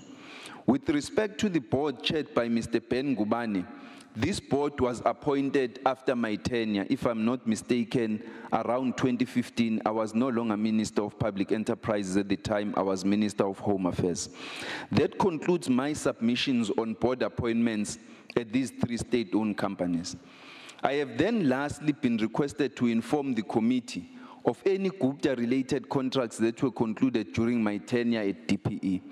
This topic is challenging, as the extent of Gupta-related corruption is only now surfacing. It is becoming increasingly apparent that even tenders that appeared lawful at one stage may have been tainted. The best I can do, therefore, is to address the tenders that occurred at Eskom, Denel, and Transnet during my tenure, which have attracted significant media attention. At Eskom, the primary issues that have attracted attention were Trillion, the Regiment Saka, and Tegeta. All of these occurred outside of my tenure at DPE. I cannot therefore comment on them. The only interaction I had in relation to Tegeta is when I ordered a forensic investigation in 2017 as the Minister of Finance. Insofar as the steam generator tender is concerned, I provided the relevant information earlier. At Denel, the only Gupta-related contract I am aware of as being reported was the proposed VR Laser Asia partnership, which happened after my tenure as Minister of Public Enterprises. The Denel Asia was not on during my tenure at DPE. As the Minister of Finance, I did not approve the Section 54 application. In fact, I had a meeting in Durban with Denel, in which I requested that they withdraw from the court application and totally withdraw from the Denel Asia deal, as this was not in the interest of the country. I have no recollection of the T-Systems contract. I am of the view that this was not during my tenure.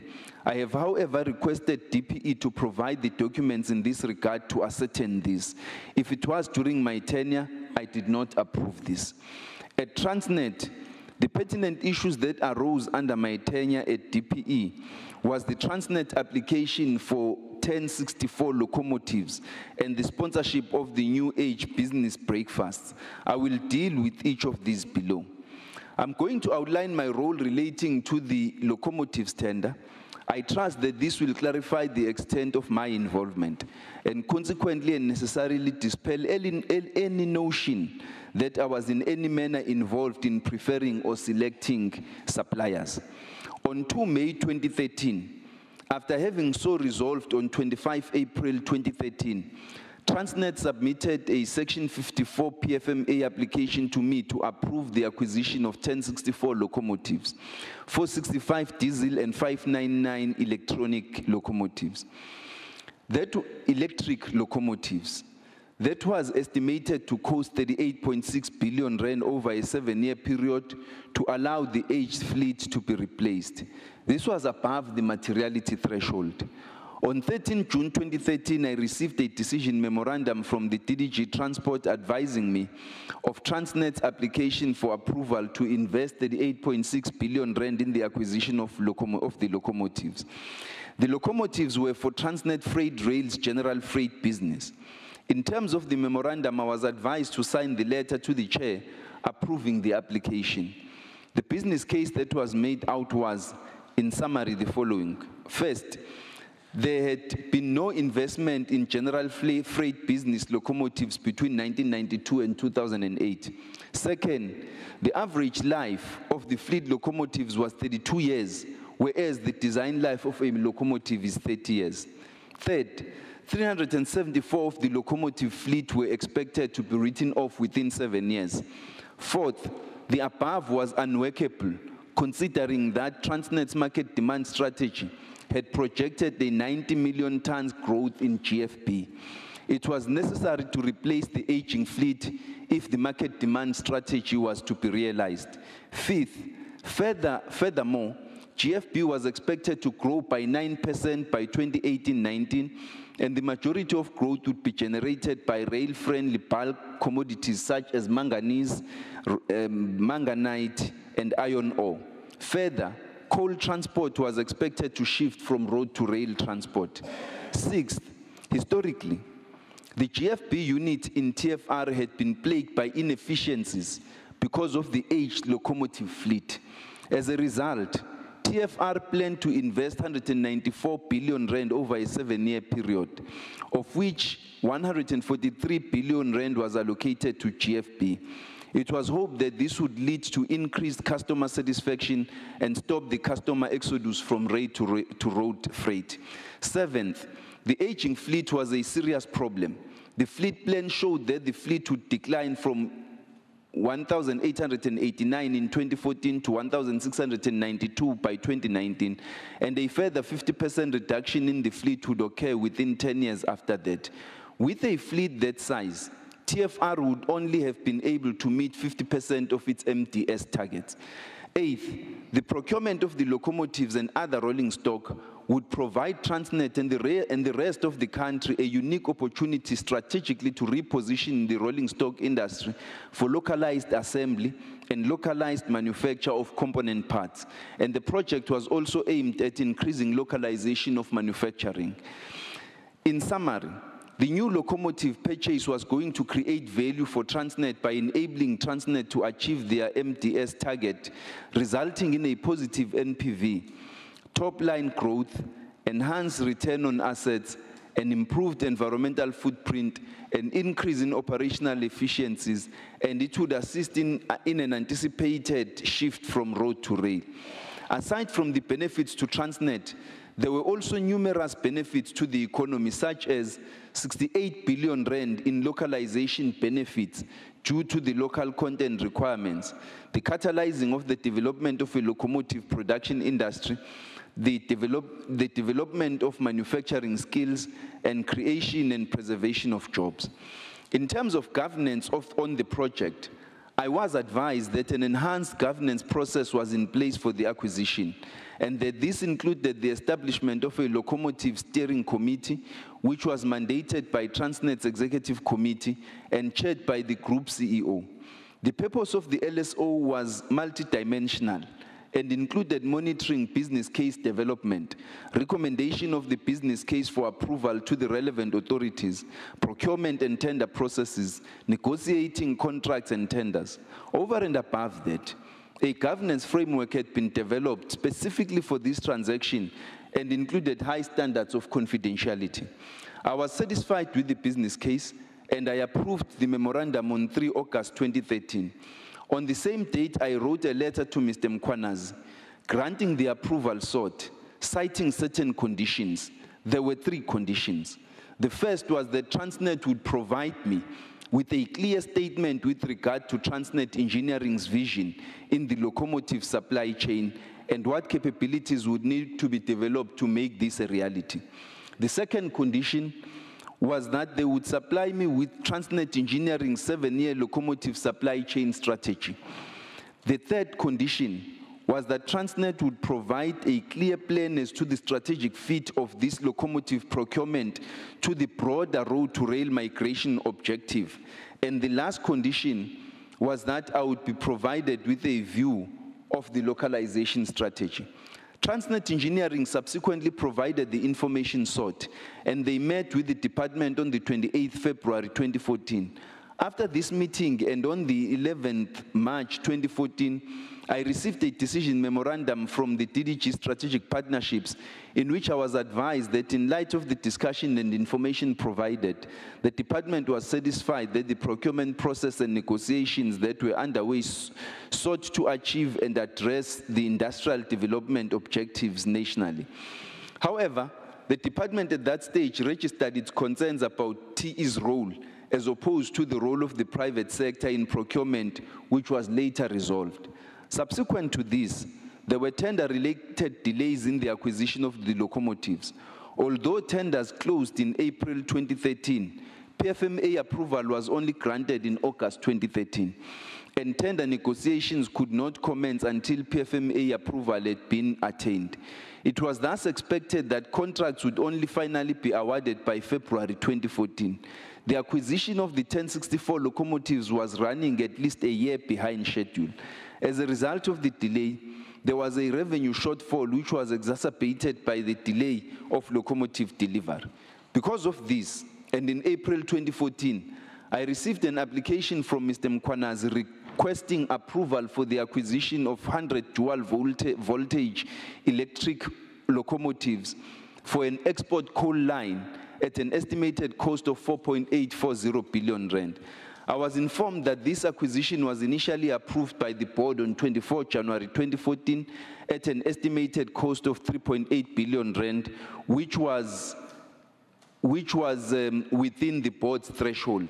However, after the contract negotiation process, it transpired that the estimated total cost of the investment would be 4.840 billion rand, which required shareholder approval under Section 54 of the PFMA. The 100 locomotives would be deployed on the coal export line, which would release 125 locomotives to be used in the GFB, protecting revenue in the GFB and allowing growth. What I've just stated here was the extent of my knowledge of the locomotives tender at the time. I had no other information. I did not know who was involved in the bidding process and therefore interfered in no way. My involvement in the process was in granting the PFMA authorization. I would like now to move on to the New Age sponsorship breakfast and to clarify the measures taken by myself and the department in an attempt to curb this issue. In early 2011, numerous state-owned companies informed the department that they were receiving requests from other government departments and state-owned companies to provide them with information about the SOCs, to provide sponsorships and purchase flight tickets. I was informed that the SOCs, who were trying to foster good intergovernmental relations, were finding it difficult to decline the requests that were being made, and they requested the DPE's intervention. Around the same time, I became aware that the New Age wanted sponsorships from Transnet and Eskom for business breakfast. I was upset about these sponsorships because it was a large sum of money, even though it was below the materiality threshold and was strictly within the operational purview of the board. I felt it was inappropriate that such large sums of money were being spent on breakfast sponsorships, especially in the midst of such large-scale build projects that were being undertaken. I considered all of the above and I issued instructions to the chairs of the state-owned companies that all such sponsorship requests and requests for information must be routed through the department in the future. By 2013, the department had escalated and the public by 2013, the problem had escalated and the public protector had initiated an investigation into the matter. I was informed that the public protector's main focus was an investigation into fruitless and wasteful expenditure at Eskom, Transnet, SABC, and Telkom, and the allegation that the department exercised undue influence on those companies in deciding to sponsor the TNA breakfast. It is apparent from what I've just stated and from the written instructions that I sent to the chairs of the state-owned companies that I was doing the opposite of militating in favor. I was doing the opposite of militating in favor of the TNA sponsorships. I was in fact highly incensed by the news that had reached me. In issuing the written instructions, I did the best I could to curb such requests for sponsorship, but the reality is the accounting authority of the boards and of state-owned companies are solely responsible for preventing fruitless and wasteful expenditure. The boards of state-owned companies were therefore solely responsible for having measures in place to ensure that the sponsorship of TNA breakfasts were consistent with approved policies. The boards would ordinarily have records related to this sort of expenditure readily available, and they are the only ones who can account for them. Needless to say, in relation to the public protector's investigation, full transparency was expected from the DPE to assist her. The majority of the information requested by the public protector was in the possession of the state-owned companies boards. I therefore requested the state-owned companies to release all requested documentation directly to the public protector. Under the PFMA, I was empowered to instruct the state-owned companies to cede the information to me directly, but I felt that this would be inappropriate given the allegations of undue influence already being made against the department. I further addressed a letter to the public protector affirming mine and the DPE's full support of the investigation, and further informed her of the fact that I had requested that the state-owned companies cede the information requested directly to her office. This brings my submissions to an end. I am hopeful that the account that I've given this committee will vindicate me in relation to the issues that I've been called here to account for.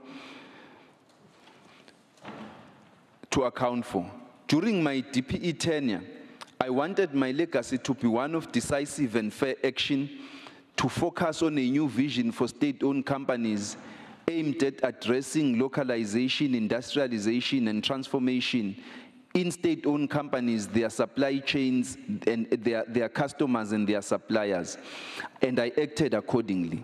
I made decisions to ensure good governance, and I appointed people who I viewed as competent to fill some very important roles in the state-owned companies that were under the DPE portfolio. I am severely disappointed that those roles appear to have, in certain instances, been abused. I regret any role that I inadvertently played in the appointment of any director who subsequently failed to prioritize the interests of the relevant state-owned company and, more importantly, this country. At the time, I acted on the facts available before me and made what I thought at the time were meritorious appointments. I, at all times during my tenure at DPE, working together with Mr. Tsidiso Matuna, who was a very competent Director General that I appointed upon my arrival and who remained in the department until I had left. I acted together with him and other officials in the department in the interests of the state-owned companies and of the public. At no time did I interfere with board appointments, committee constitution, or tenders during my tenure. I reaffirm my commitment to the Constitution, to the public, and as a result to this process. And I thank the committee and citizens watching at home for their patient attention. And I will now take the questions, Chair. Thank you. Thank you very much, Minister. And members, can we just take a 5 minutes break? 2 minutes break, not 5 minutes, 2 minutes break. Then after that, we will consider questions.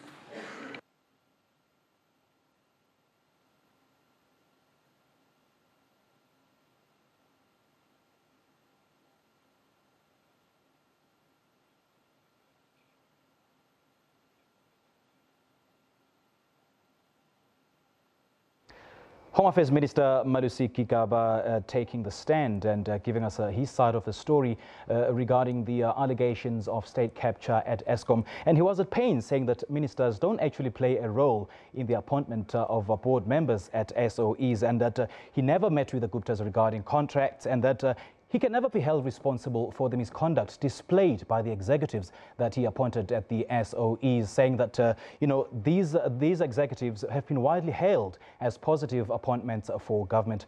He has been taking the stand for the past hour or so in the Eskom parliamentary inquiry. All right, this is Newsroom. Thank you so much for joining us. Let's now cross over to the Limpopo legislature, where the Health Minister, Motsoaledi, is briefing the media regarding the Listeriosis outbreak. Let's cross there right now. Washing cabbage, washing apple, that is basic hygiene. It's a basic rule of hygiene, whether there's listeria or not. What is difficult for us to do that? We are prepared, Chairperson, to help the families in whatever way, including giving them information and data, and advise them if they wish to litigate, because we believe the companies that were involved are multinational companies that know better, that must have a huge capacity. You don't go around producing food which is unsafe, it's against the law. So if people want to take them up, we'll be able to help them. This, Chairperson, is something that, unfortunately, we have got to do in order to safeguard the livelihoods of our people. Thank you very much.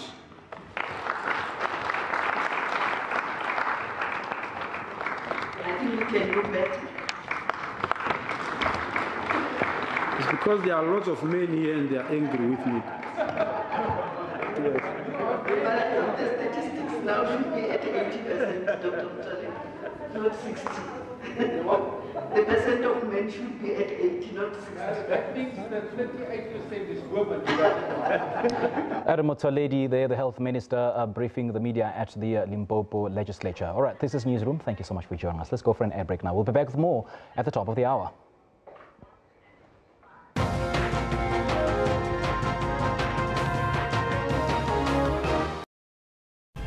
Our Bill of Rights is the cornerstone of democracy. It enshrines the rights of all people in our country and affirms the democratic values of human dignity. SABC News celebrates Human Rights Month in the year of Madiba.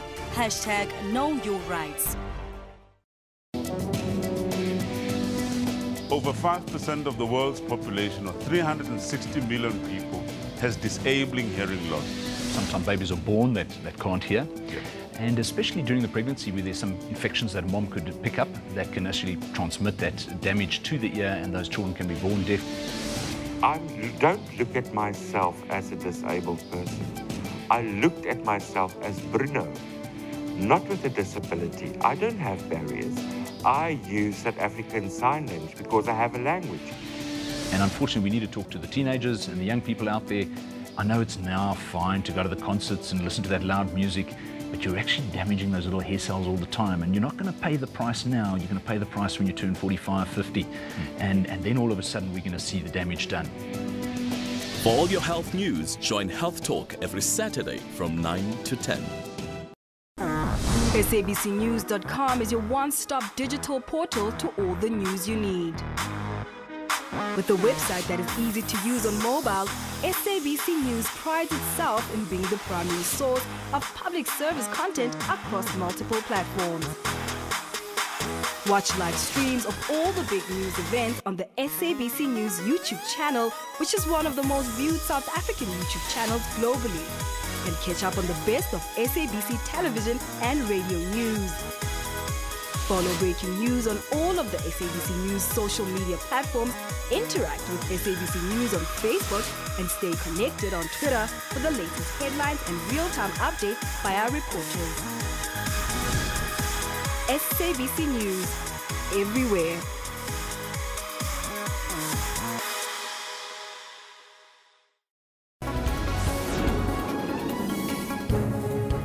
This is your midday report. Good afternoon. I will be faithful.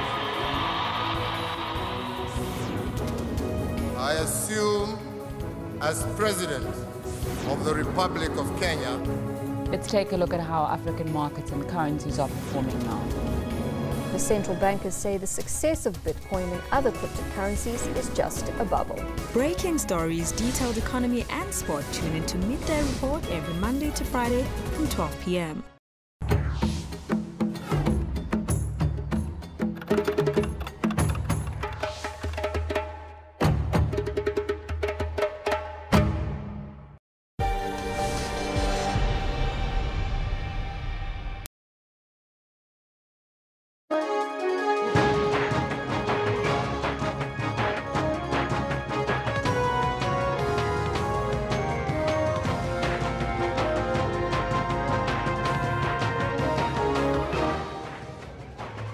The top stories this hour. Home Affairs Minister Malusi Gigaba has denied meeting the Guptas to discuss contracts.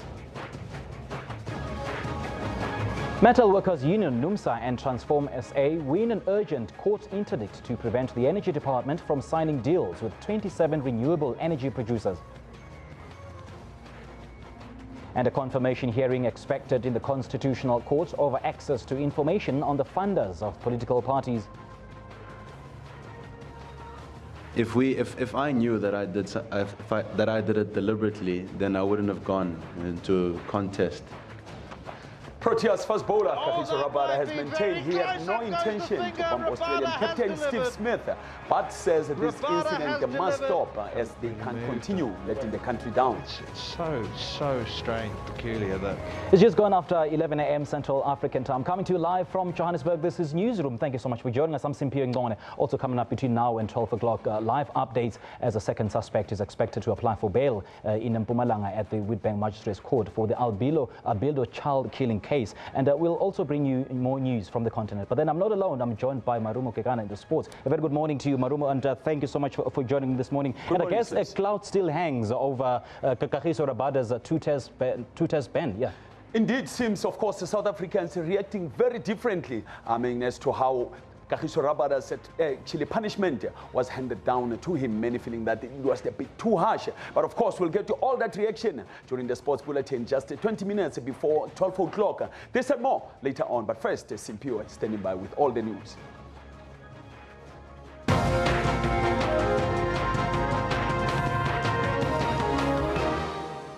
Now, this story leads this hour. Home Affairs Minister Malusi Gigaba has denied meeting the Guptas to discuss contracts. He was answering before the Eskom parliamentary inquiry into allegations of state capture, which dates back between 2010 and 2014. That is a period when he was still in charge of the public enterprises. On the matter of Mr. Brian Dame's testimony relating to the Gupta meeting in Midrand, I will begin with this meeting.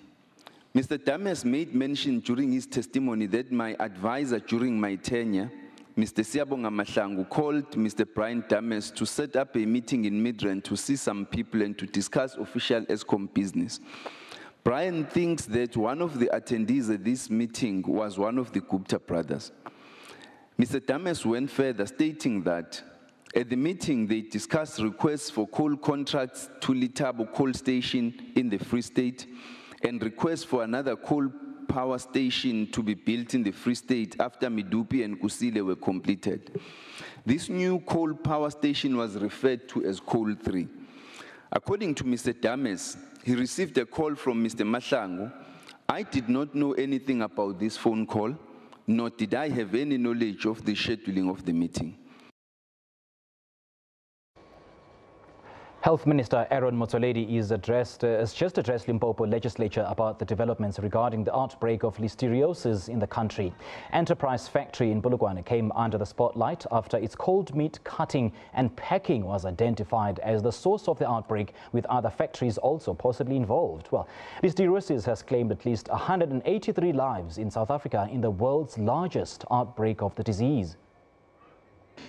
They just satisfy food safety rules. I've said they are commandments because they will help you.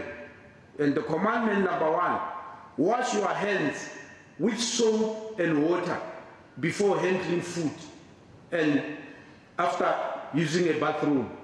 I got worried this week. I saw a document which showed a research which has been done in another setting, which showed that 62% of men don't wash their hands after leaving the bathroom. They just get into the bathroom and they walk out with hands in their pockets.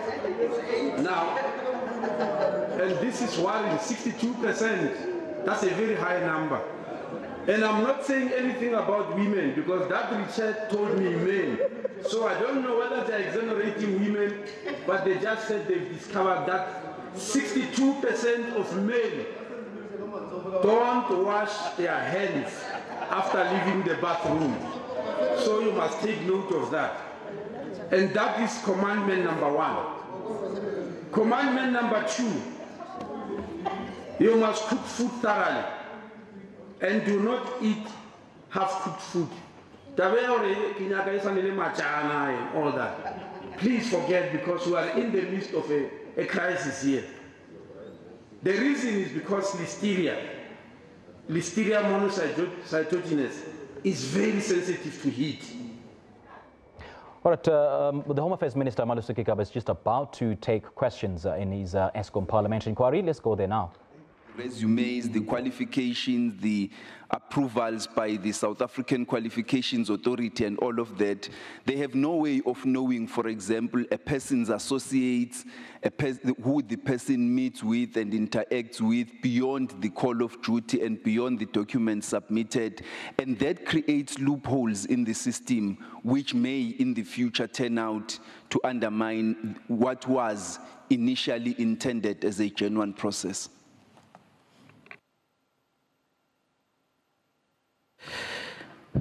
Whilst still on the appointment of board members, your submission paints a picture of you having looked at the people's qualifications, their skills and set, and the required skills in the organization that they were to be appointed to.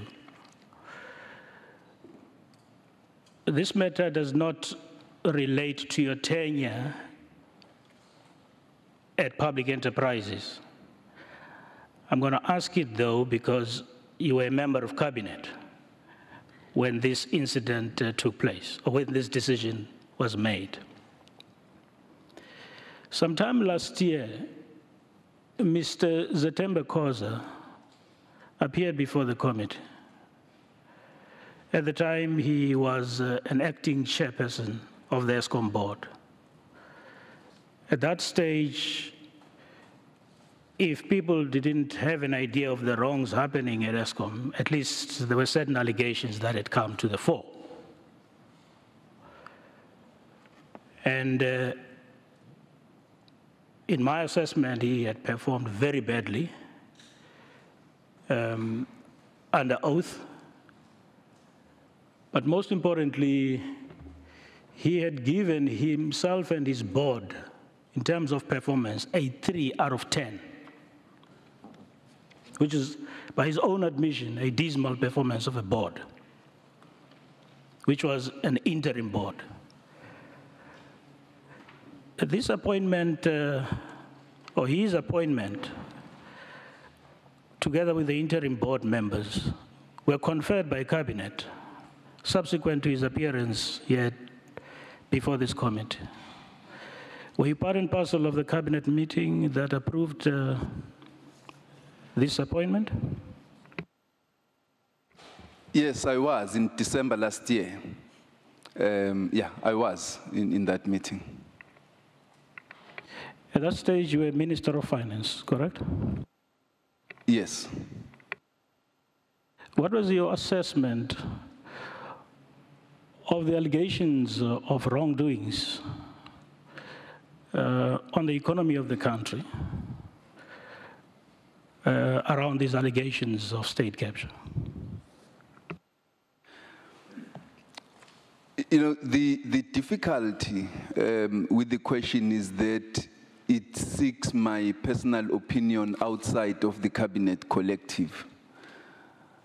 But obviously, I had a dim view of the proposal that was presented before us.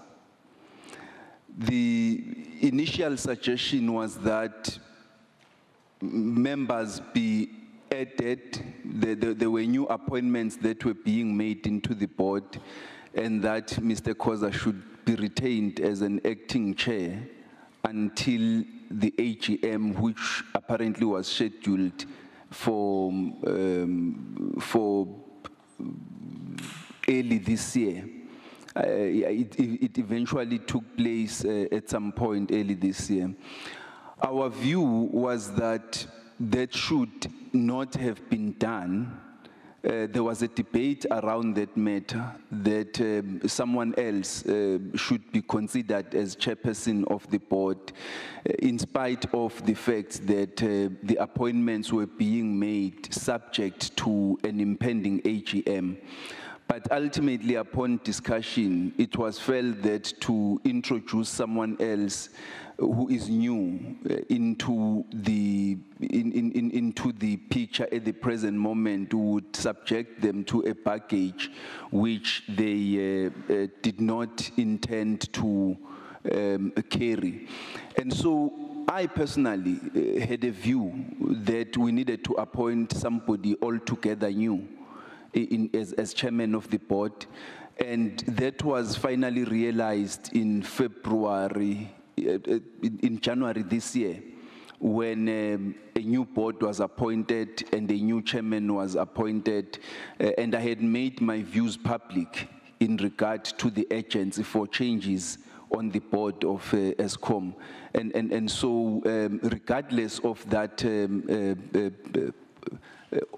oversight in December, but the cabinet subsequently corrected the problem, and a new board was appointed with a new, very credible chairperson. Mr. Siabonga Mahlangu,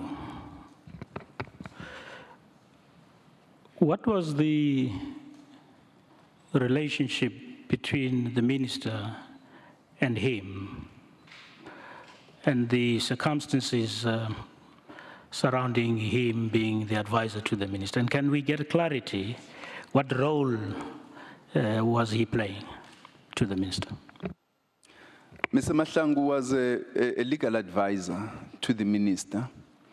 And as is expected, special advisors are not part of the department, even though they are governed by the public service legislation. But they are not part of the department. Their role is solely to advise the minister on aspects that relate to the minister's work. Now, obviously, the minister would not prescribe what do people do outside their working hours, and in some instances, they will not themselves inform the minister or report to the minister what they are doing. It is expected that if they should get into any business activities, they should seek the minister's express permission. They should write to inform the minister. But in the instances that doesn't happen, the minister has no way of knowing that it is taking place.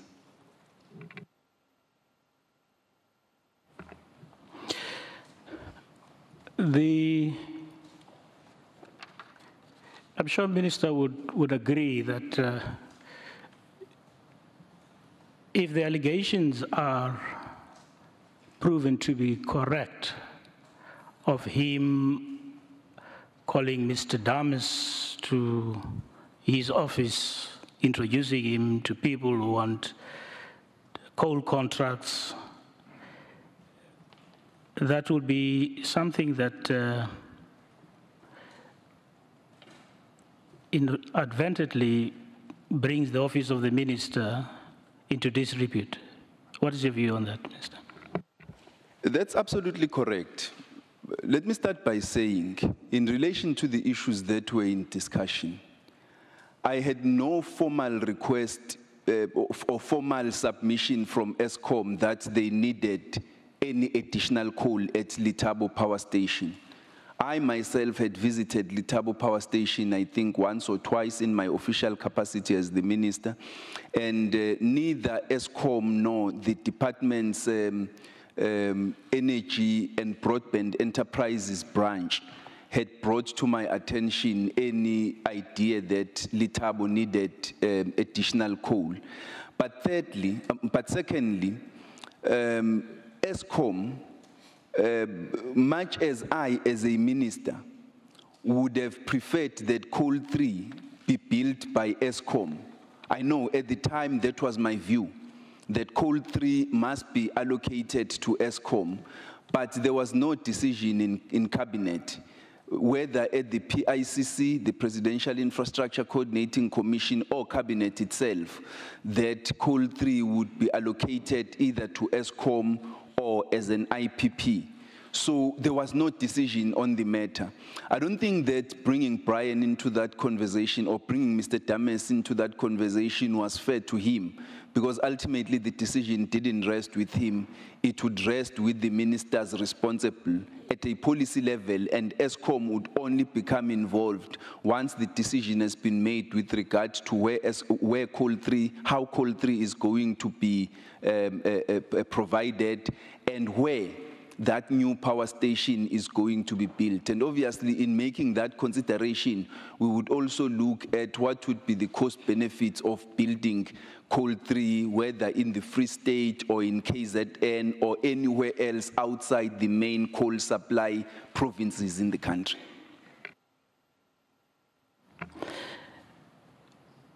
On learning of Mr. Dames' testimony before the committee, and its impact on the minister at some point called Mr. Mahlangu just to find out the circumstances or the accuracy of the allegations that were made against him. No, I haven't had a discussion with him as I felt that the issue did not require me. I had not participated in it. Mr. Dames had not informed me about it, and in any way, none of those issues materialized because Mr. Dames ensured that they did not materialize. So I did not feel the need to call him and discuss this with him. Notwithstanding that your reputation was subjected to scrutiny as a result of his conduct? No.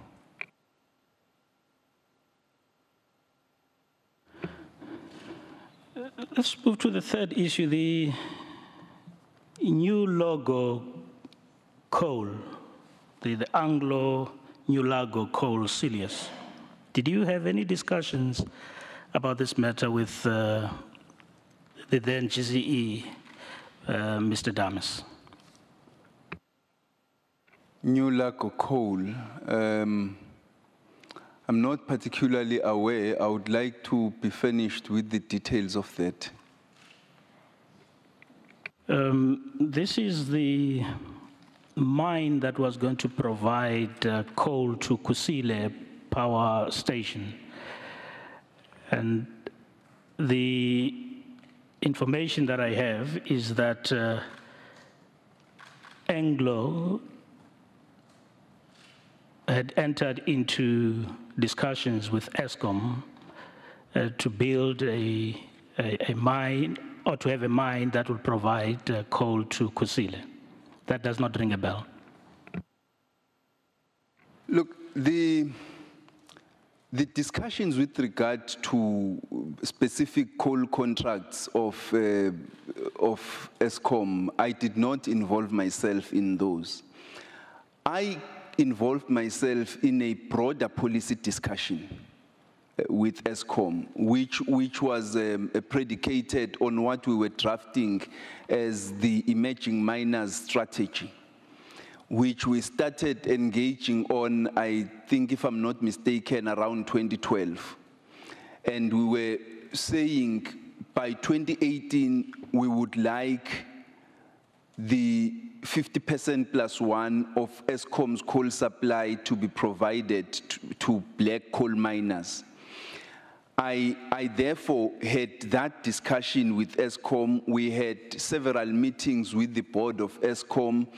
the strategy itself was being drafted by ESCOM and spearheaded by the board of ESCOM, including the executive directors. We had 2 consultative sessions with emerging coal miners at which we had specific discussions around these issues.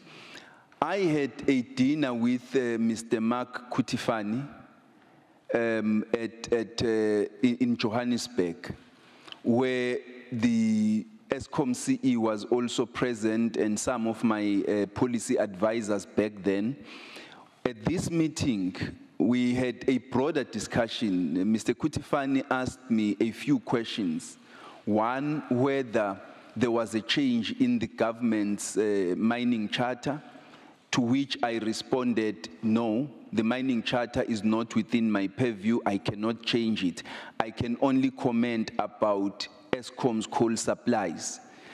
And he asked whether is government now shifting its view to take a view that the coal supplies to ESCOM must be moved to black hands. I said, yes, we would like to do that. It's part of the vision that I have spearheaded since my arrival as Minister of Public Enterprises.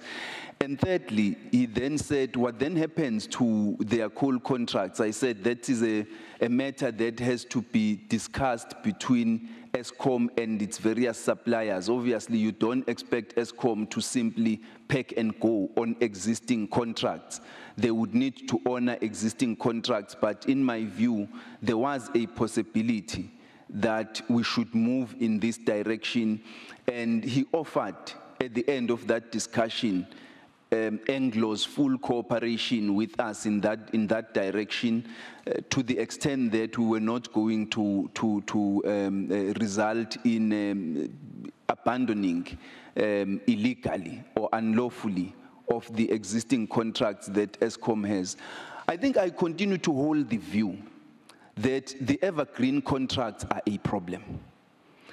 Much as I'm no longer the Minister of Finance or the Minister of Public Enterprises, but in my capacity as an activist in South Africa, I still hold the view that the evergreen contracts, be it at ESCOM or in the audit environment or any other industrial sector in South Africa, are a problem. There is a need for a change of policy that is going to result in the empowerment of black people. And I think that state-owned companies, as major procurers of services and other goods, must use their procurement muscle to spearhead change among their customers and suppliers, so that black people, women, and young people could have space in that environment. And that's why, as Minister of Public Enterprises, I was very vocal on issues of transformation, be it of auditors of the 8 state-owned companies in my portfolio, or the legal and other professional services, and even of other services and goods that were being procured by state-owned companies. Minister, what's on this issue of transformation? There appears to be an outcry, even to date, from black immersion miners to access business from ESCOM in particular. What programs did you put in place at your time, or see to it that the board would put in place to advance the policy positions you've just espoused? Thank you. I think the first one I've spoken about is the emerging miner strategy, which eventually was not implemented. And I think that one of the things we were trying to do at the time was to move, we presented a business case in terms of which Alexco would diversify from diamond mining solely to also become a coal miner and supplier to ESCOM, and we would use Alexco as the basis to spearhead this emerging miners strategy and bring on board many emerging miners. So the emerging miner strategy was the biggest plan we were working on, and I think had it materialized, it would have resulted in billions of rand by now being managed by black coal miners. The second one related to audit firms. We took a very firm view in that regard, that black auditors must be given space to audit the state-owned companies. Transnet was the first to move in towards that direction when they appointed Sizwe Nsaluba Koboto, making them the fourth biggest audit, the fifth biggest audit firm in South Africa, although still significantly smaller than the Big Four. They also provided their internal audit work to Sigela Xabisa, which also allowed Sigela Xabisa to grow.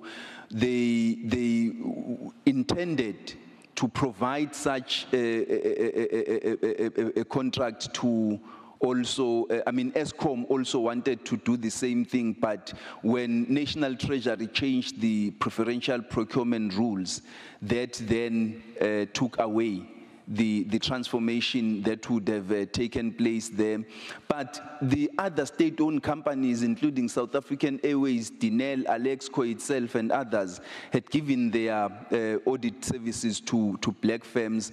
Other black professional service providers also got space during the time. I had consultations, 2 consultations with the advertising agencies about the opportunity they wanted to be provided by state-owned companies. But we also, in the course of that, focused on the enterprise hub development at Eskom and Transnet in particular, the result of which was the provision of an oil supply contract of about 5.1 billion rand to a black female in Limpopo province. So there's a number of transformation initiatives that we undertook, and then obviously one of the things that we were looking at is how do we strategically position Transnet Engineering not only as a supplier of rolling stock, as a maintainer and overhauler and provider of rolling stock to Transnet, but to also provide leverage for emerging black industrialists in that space to also become suppliers to Transnet and even to Eskom. So we were looking at a number of initiatives during the time. What is the minister's view on non-executive directors' involvement in procurement within the boards of SOEs? My understanding is that the non-executive directors must not become directly involved, because this is an operational matter, and I think they have a responsibility as non-executive directors and the boards as a whole. They have a responsibility to shield the executives from interference into operations. I think they should not get involved. Where they get involved as the board is in receiving the reports so that they are able to process those reports and provide them to the shareholder representative, especially when you are talking about huge contracts. My own view was that the Transnet fleet locomotive contract, as well as PRASA, because they were taking place concurrently, I held the view back then, as I do now, that those contracts should have been used to catalyze the industrialization of the South African economy, to bring on board black suppliers of various components of these state-owned companies, to ensure that we establish, if not international original equipment manufacturing capabilities in South Africa, but at least an original equipment manufacturing capability of sorts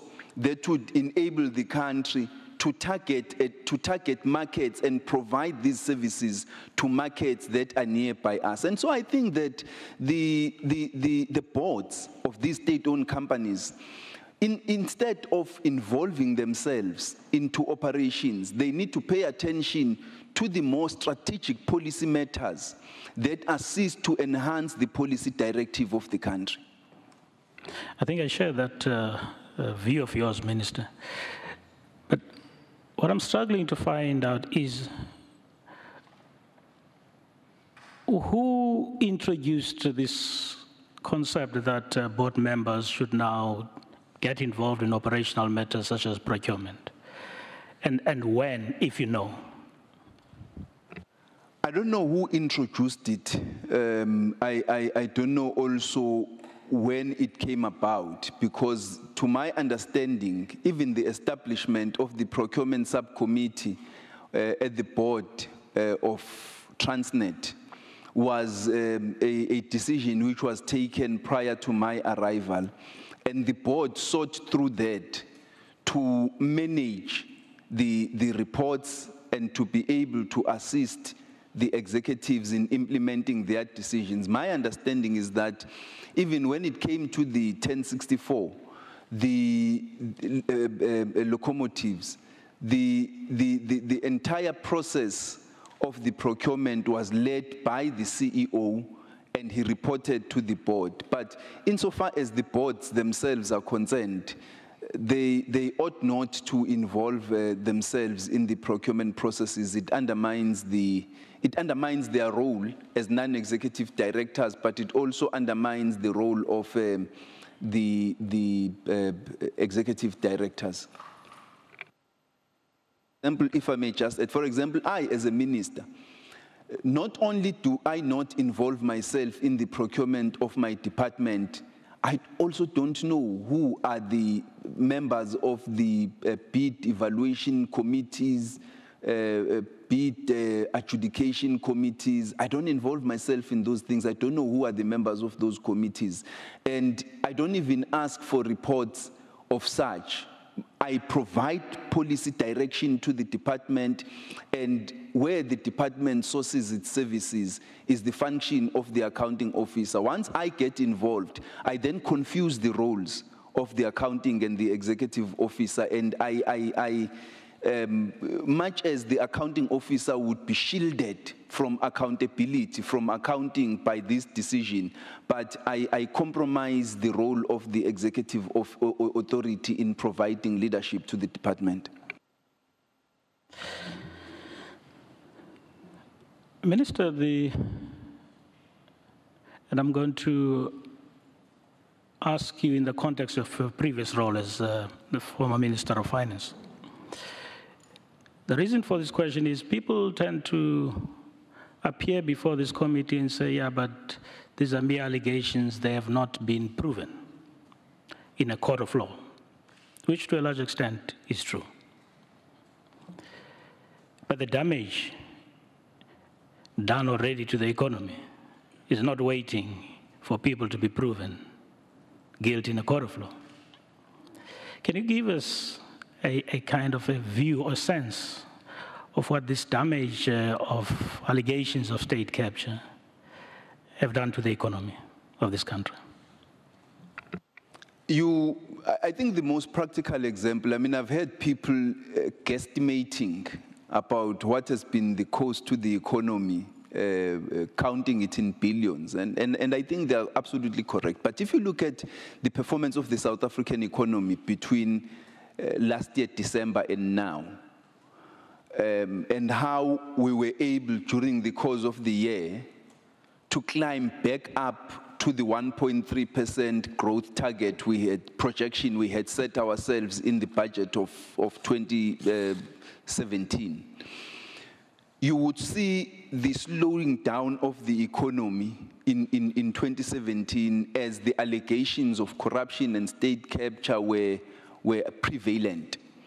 And come December 2017, especially following the political certainty provided by the ruling party's national conference and the high expectation among investors that certain issues are going to begin to be addressed relating to corruption and state capture, you saw the rand-dollar exchange, our own domestic currency strengthening against the dollar.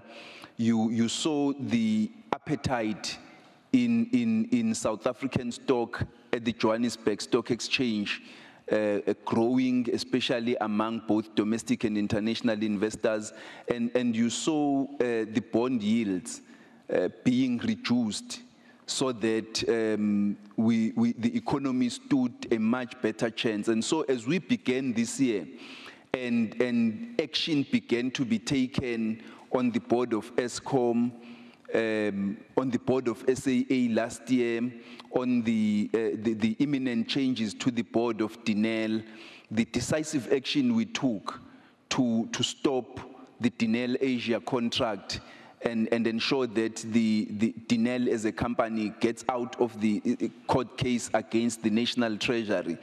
There was a positive sentiment that has resulted, I think, in the first quarter of the year in very high economic activity, the rand strengthening right up until it breached that psychological 12 rand to the dollar mark. And so there is a very high cost to corruption and allegations of state capture, and there is very high benefit to action being taken against those issues. And that's why it's important that the country, not only for public perception, international investor perception, but for our own good as a country, we should be seen to be taking drastic measures in this regard.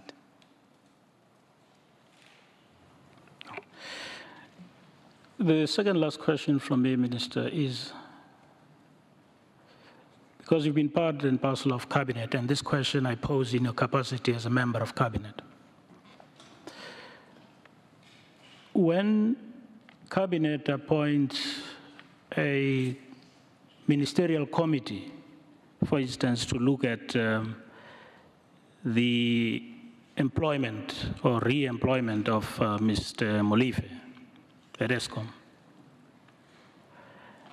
and officials and board members within ESCOM refuses to share documents with the shareholder representative, they refuse to share documents with the ministerial committee established by Cabinet.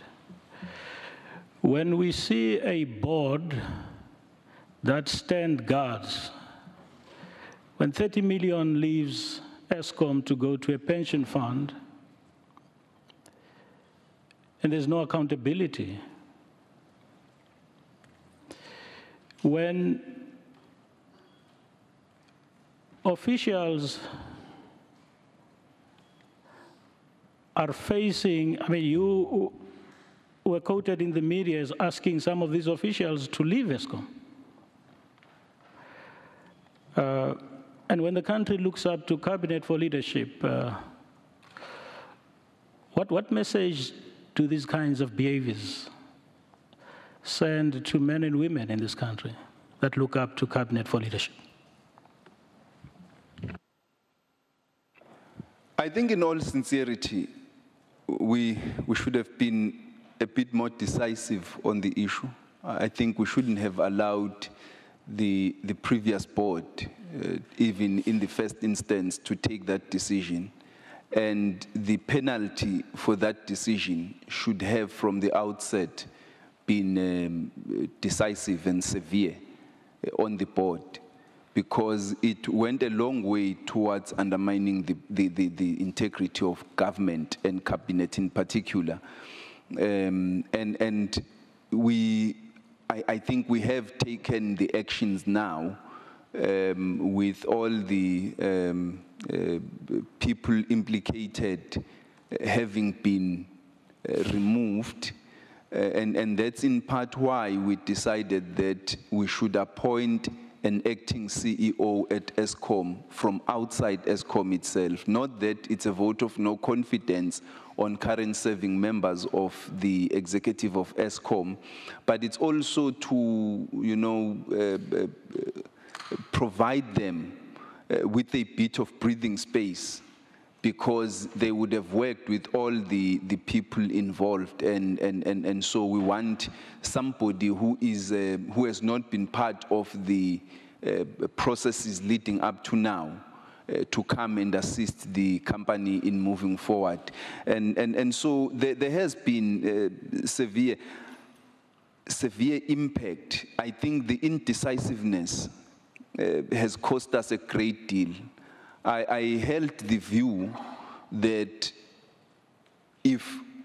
whenever I was asked what keeps me awake at night, I used to say it was ESCOM, because I understood the risk of cross-default should ESCOM fail to pay its lenders, and should lenders call in their loans, because the guarantee to ESCOM is the largest, and ESCOM's debt is quite huge, and if it failed to pay, the state would have to step in, and the cost to the economy would have been severe. So we had been indecisive quite painfully, and the risk was enormous. And I think one is happy that there is progress, there is decisive action going forward, and that risk that is ESCOM to the economy is going to be minimized. And the same applies to all other state-owned companies. I think the view we should take is that we will not allow malicious activities of the nature that we saw last year to recur. Unfortunately, the lesson can only be learned after enormous cost to the economy, but nonetheless, the lesson has been learned. My last area relates to the acquisition of the 1064 locomotives. At the time you approved the business case, the cost associated was around about 38.6 billion. There's a testimony before the committee that the costs escalated to around about, or in excess of 50 billion rands. Was this ever brought to your attention, Minister, and if so, what were the reasons that were furnished to you? As I indicate in my presentation, I raised this issue with the board of Transnet on several occasions, that the delays with the 1064 acquisition was severe to the economy and to the capex itself. And I said to the board, they need to expedite the decisions, but not in such a manner as they would, one, result in bad contracts being entered into, two, in undermining the policy, the transformation objectives of the country. But it seemed that you had a number of problems at ESCOM. One of those was just in how they managed, at state-owned companies as a whole. And ESCOM was one case where the build program was delayed so much that the cost overruns escalated severely. There was no proper management of the contract. The same would apply at Transnet. The Durban to Johannesburg national multi-product pipeline got delayed, and it seemed again the problem was project management and the management of the contracts, and now came to this. I also intervened with the board of SAA and said, you can't procure, you can't buy a new fleet at SAA without answering the question how you want that procurement to address localization, the offsets, the building of local capabilities. And so there seemed to be this problem across the SOEs, not only at the time when the contracts have been entered into, but even prior to the contracts being entered into.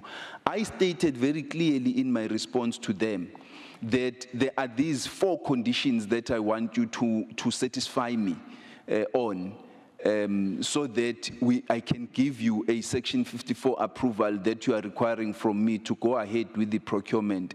But the delays were, that year-long delays had that effect of resulting not only in the increase in the cost of the locomotives, but they now had to undertake another procurement of 4 billion rand in order to procure 100 coal locomotives that were going to fill the gap created by the delay. All of this would have been unwarranted had they immediately, because once the market demand strategy was adopted, they should have established these committees, set very clear timelines, complied with the timelines, ensured that they meet the targets which have been set, so that we don't experience any cost overruns. Chair, that was my last question, but I know my earlier request had been denied. Can I just ask the committee that perhaps at the end I might have 1 or 2 issues? Can I be allowed an opportunity at the end? Thanks, Chair. Thank you, Advocate Vanara. I will allow you that chance. It is up to me now to give you that chance. I'm not going to ask the members. Honorable Tsedi, Honorable Mazone, Honorable Swart, Honorable Dlamini, Honorable Luyenge, Honorable Shivambo, Honorable Nkanga Kabash. Morning, Honorable Minister.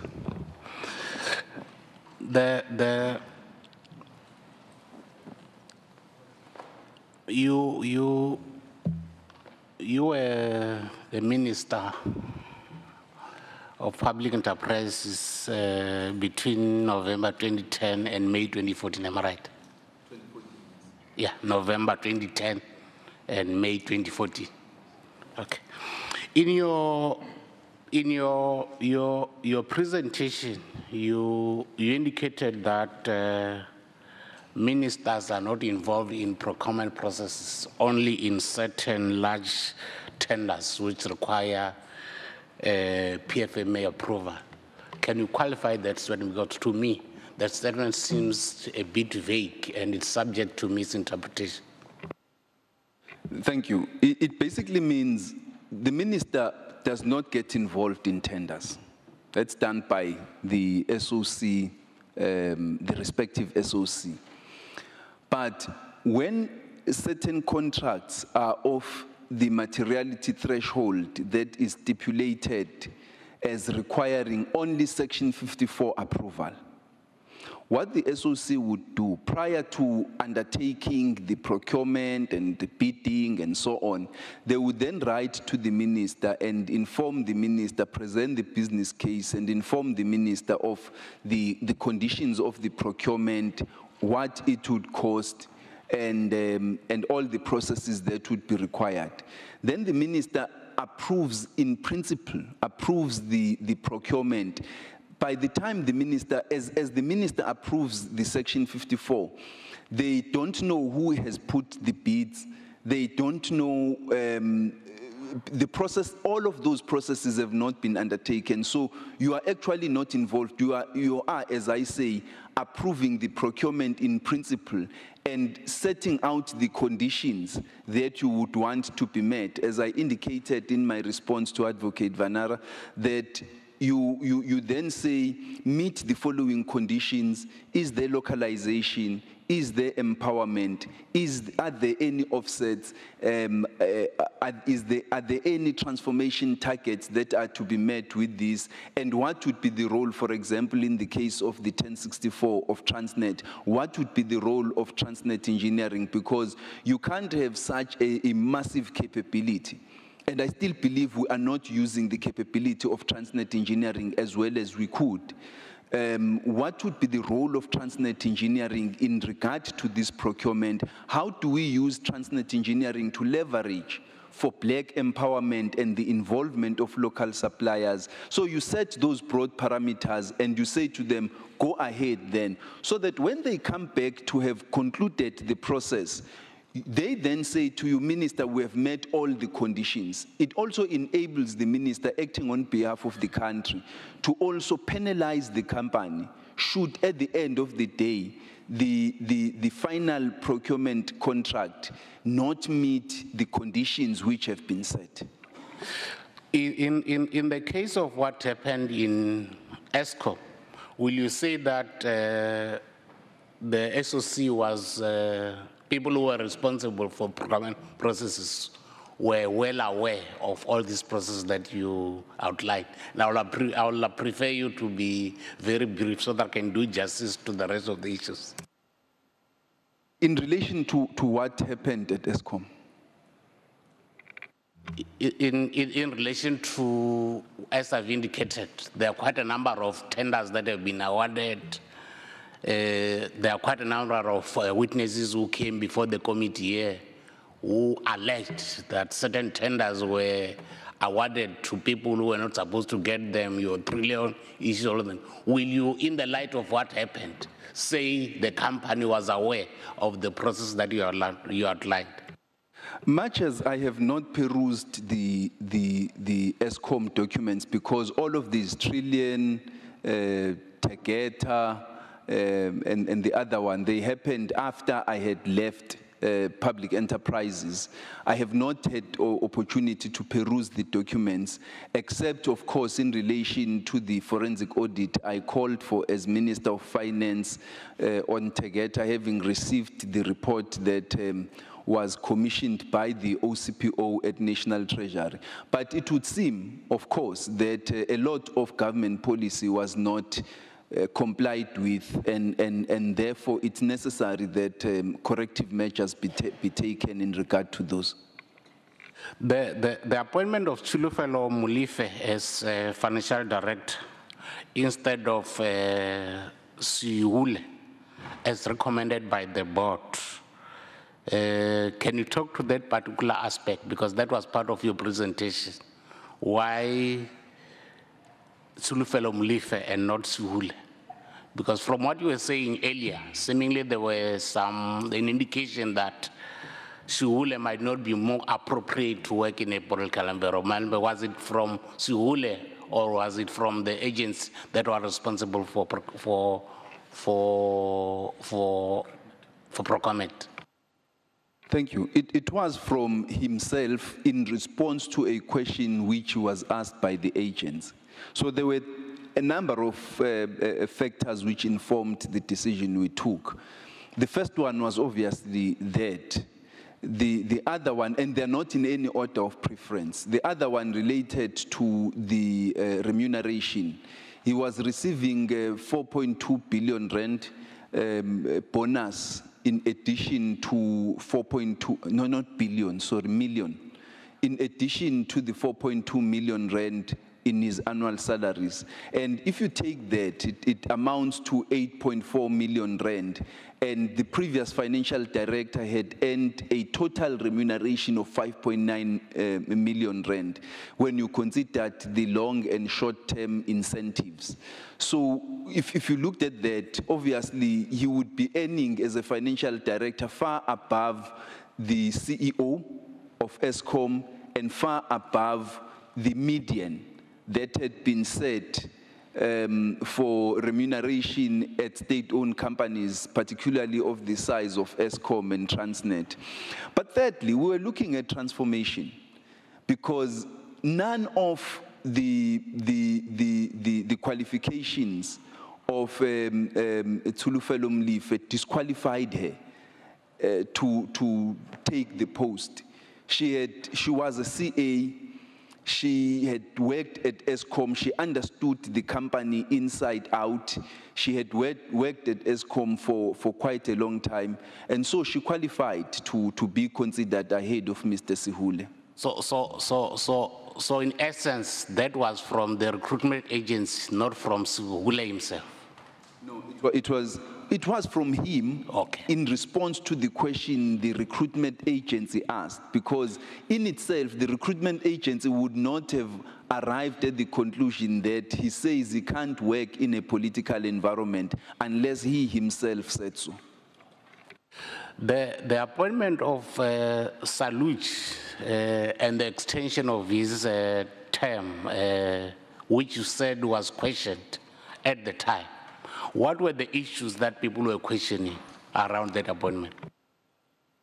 No, the appointment of Saluch was not questioned. I think it's been questioned subsequently, I think, in recent years, as to why he was appointed and why was his contract extended. And I sought to clarify that you had here somebody who had extensive experience in, he held a master's degree equivalent qualification from the National Defense Force. He had extensive experience in the defense industry, and he possessed all the wherewithal you needed for the CEO of Denel.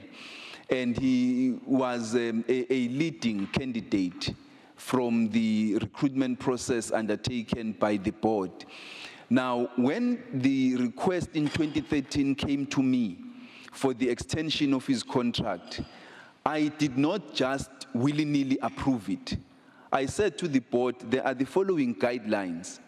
Comply with those guidelines, because if Mr. Saluch was appointed by cabinet, if we must extend his contract, I am now changing the conditions upon which cabinet had appointed him.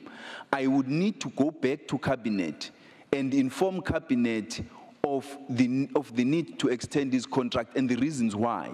So I said to them, meet these guidelines, which would involve an extensive annual report on his performance. Once you yourselves have satisfied yourselves as to the compliance with those guidelines, you can then bring the recommendation back to me, at which point I will consider, which is what they then did, I think, in February 2014, and then I took it to cabinet so that his contract would be extended by another 2 years. But obviously, it doesn't apply to him personally.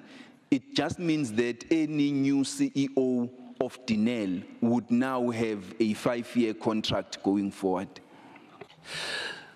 You appointed Mr. Singh as CFO, am I right? The board did, and I concurred with them. And at the time, you were convinced he was the best candidate? At the time, I was, and the board was convinced. He had been with Transnet since 2003. He had been acting financial director, CFO, since 2009, and he had performed well, they said, and so he was the most suitable candidate. It's fine, but my question is, after what happened that led to this, where we are now, do you still hold a view that he was the best candidate? It's a difficult question, Honorable Member. It's a difficult question because I don't have what do they call, the powers to read the future. In hindsight, you would say, yes, it was not the best decision.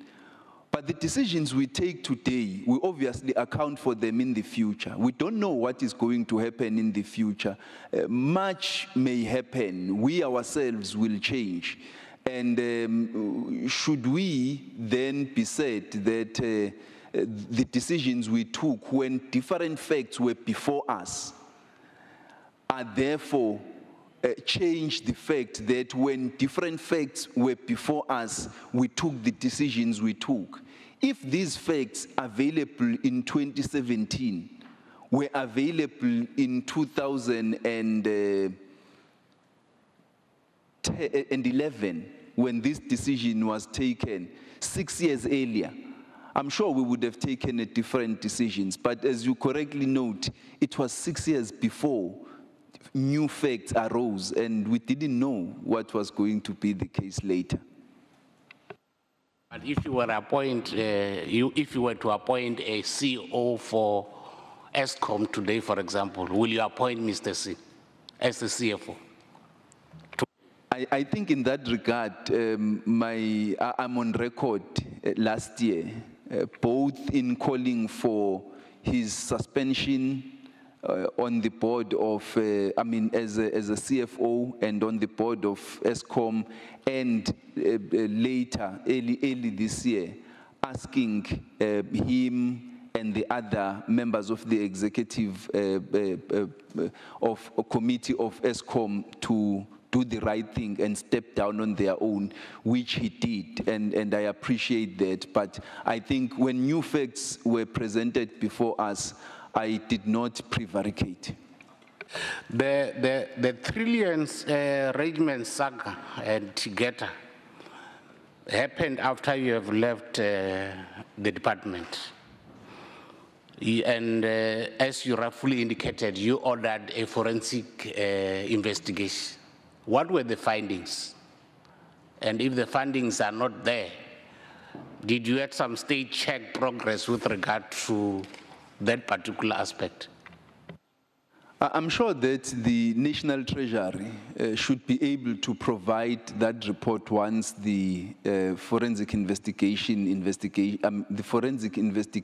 is completed. But we took the decision that the Tegeta deal should be subjected to a forensic audit, and that is taking place. From cabinet point of view, what were the issues? Why forensic investigation? Quite clearly, a wrong decision had been taken with regard to the Tegeta contract. And so once the Office of the Chief Procurement Officer came back with a report that said this thing has been irregular, this contract should not have been entered into by ESCOM, I felt that in order for us to know what to do next, it's not enough to just say the contract is irregular. We need to go further to now delve deeply into